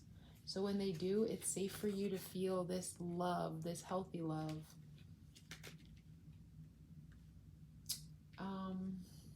And then we have 6:33 on the clock, which goes back to that 3 energy, which is community and support and connection. So we have Zhuao. This came out for a different group too. I forget. I think pile 3. It says, I am peace. When my mind is clear, the way is clear. And then this said, I trust in divine timing and find peace in life's magnificent unfolding. And peace goes back to that stillness energy I was telling you about, where you haven't had such peace, such quiet, such calmness without calamity. I think that's the word. In so long. Yeah, and then remember I said you didn't want them to find you, so you went somewhere cold. I feel like some of you could even go to Japan, because even though Zhuao Zhuangjing is Chinese and Yuki Onna is Japan, I know that there are parts of Japan like Sapporo and up north where it definitely gets winter. And then we have Shekinah, which is the presence of the divine feminine. At the center of everything, there is light. I am that light, which goes back to that lighthouse energy. So definitely balancing that feminine and masculine energy, because it's having the masculine energy to get out of your situation and demand a difference, but also tapping into that feminine, divine feminine goddess energy, where it's like once you get out of that circumstance, you can easily go back to your feminine nature, your sensuality, and your true essence. And with the presence of divine feminine, that could easily go back to that feminine energy I was picking up on, where it's like you might date someone of the same sex. But yeah, the willingness you have to find your passion and your pleasure again is so commendable. So continue to empower yourself. and continue to have your arms wide open for new connections, because the new connection is not going to be your spouse, okay? It's going to be the equality and harmony you were looking for from the beginning. But this is what I have for you, pile 4. Thank you so much for watching, and I will see you next time. Bye.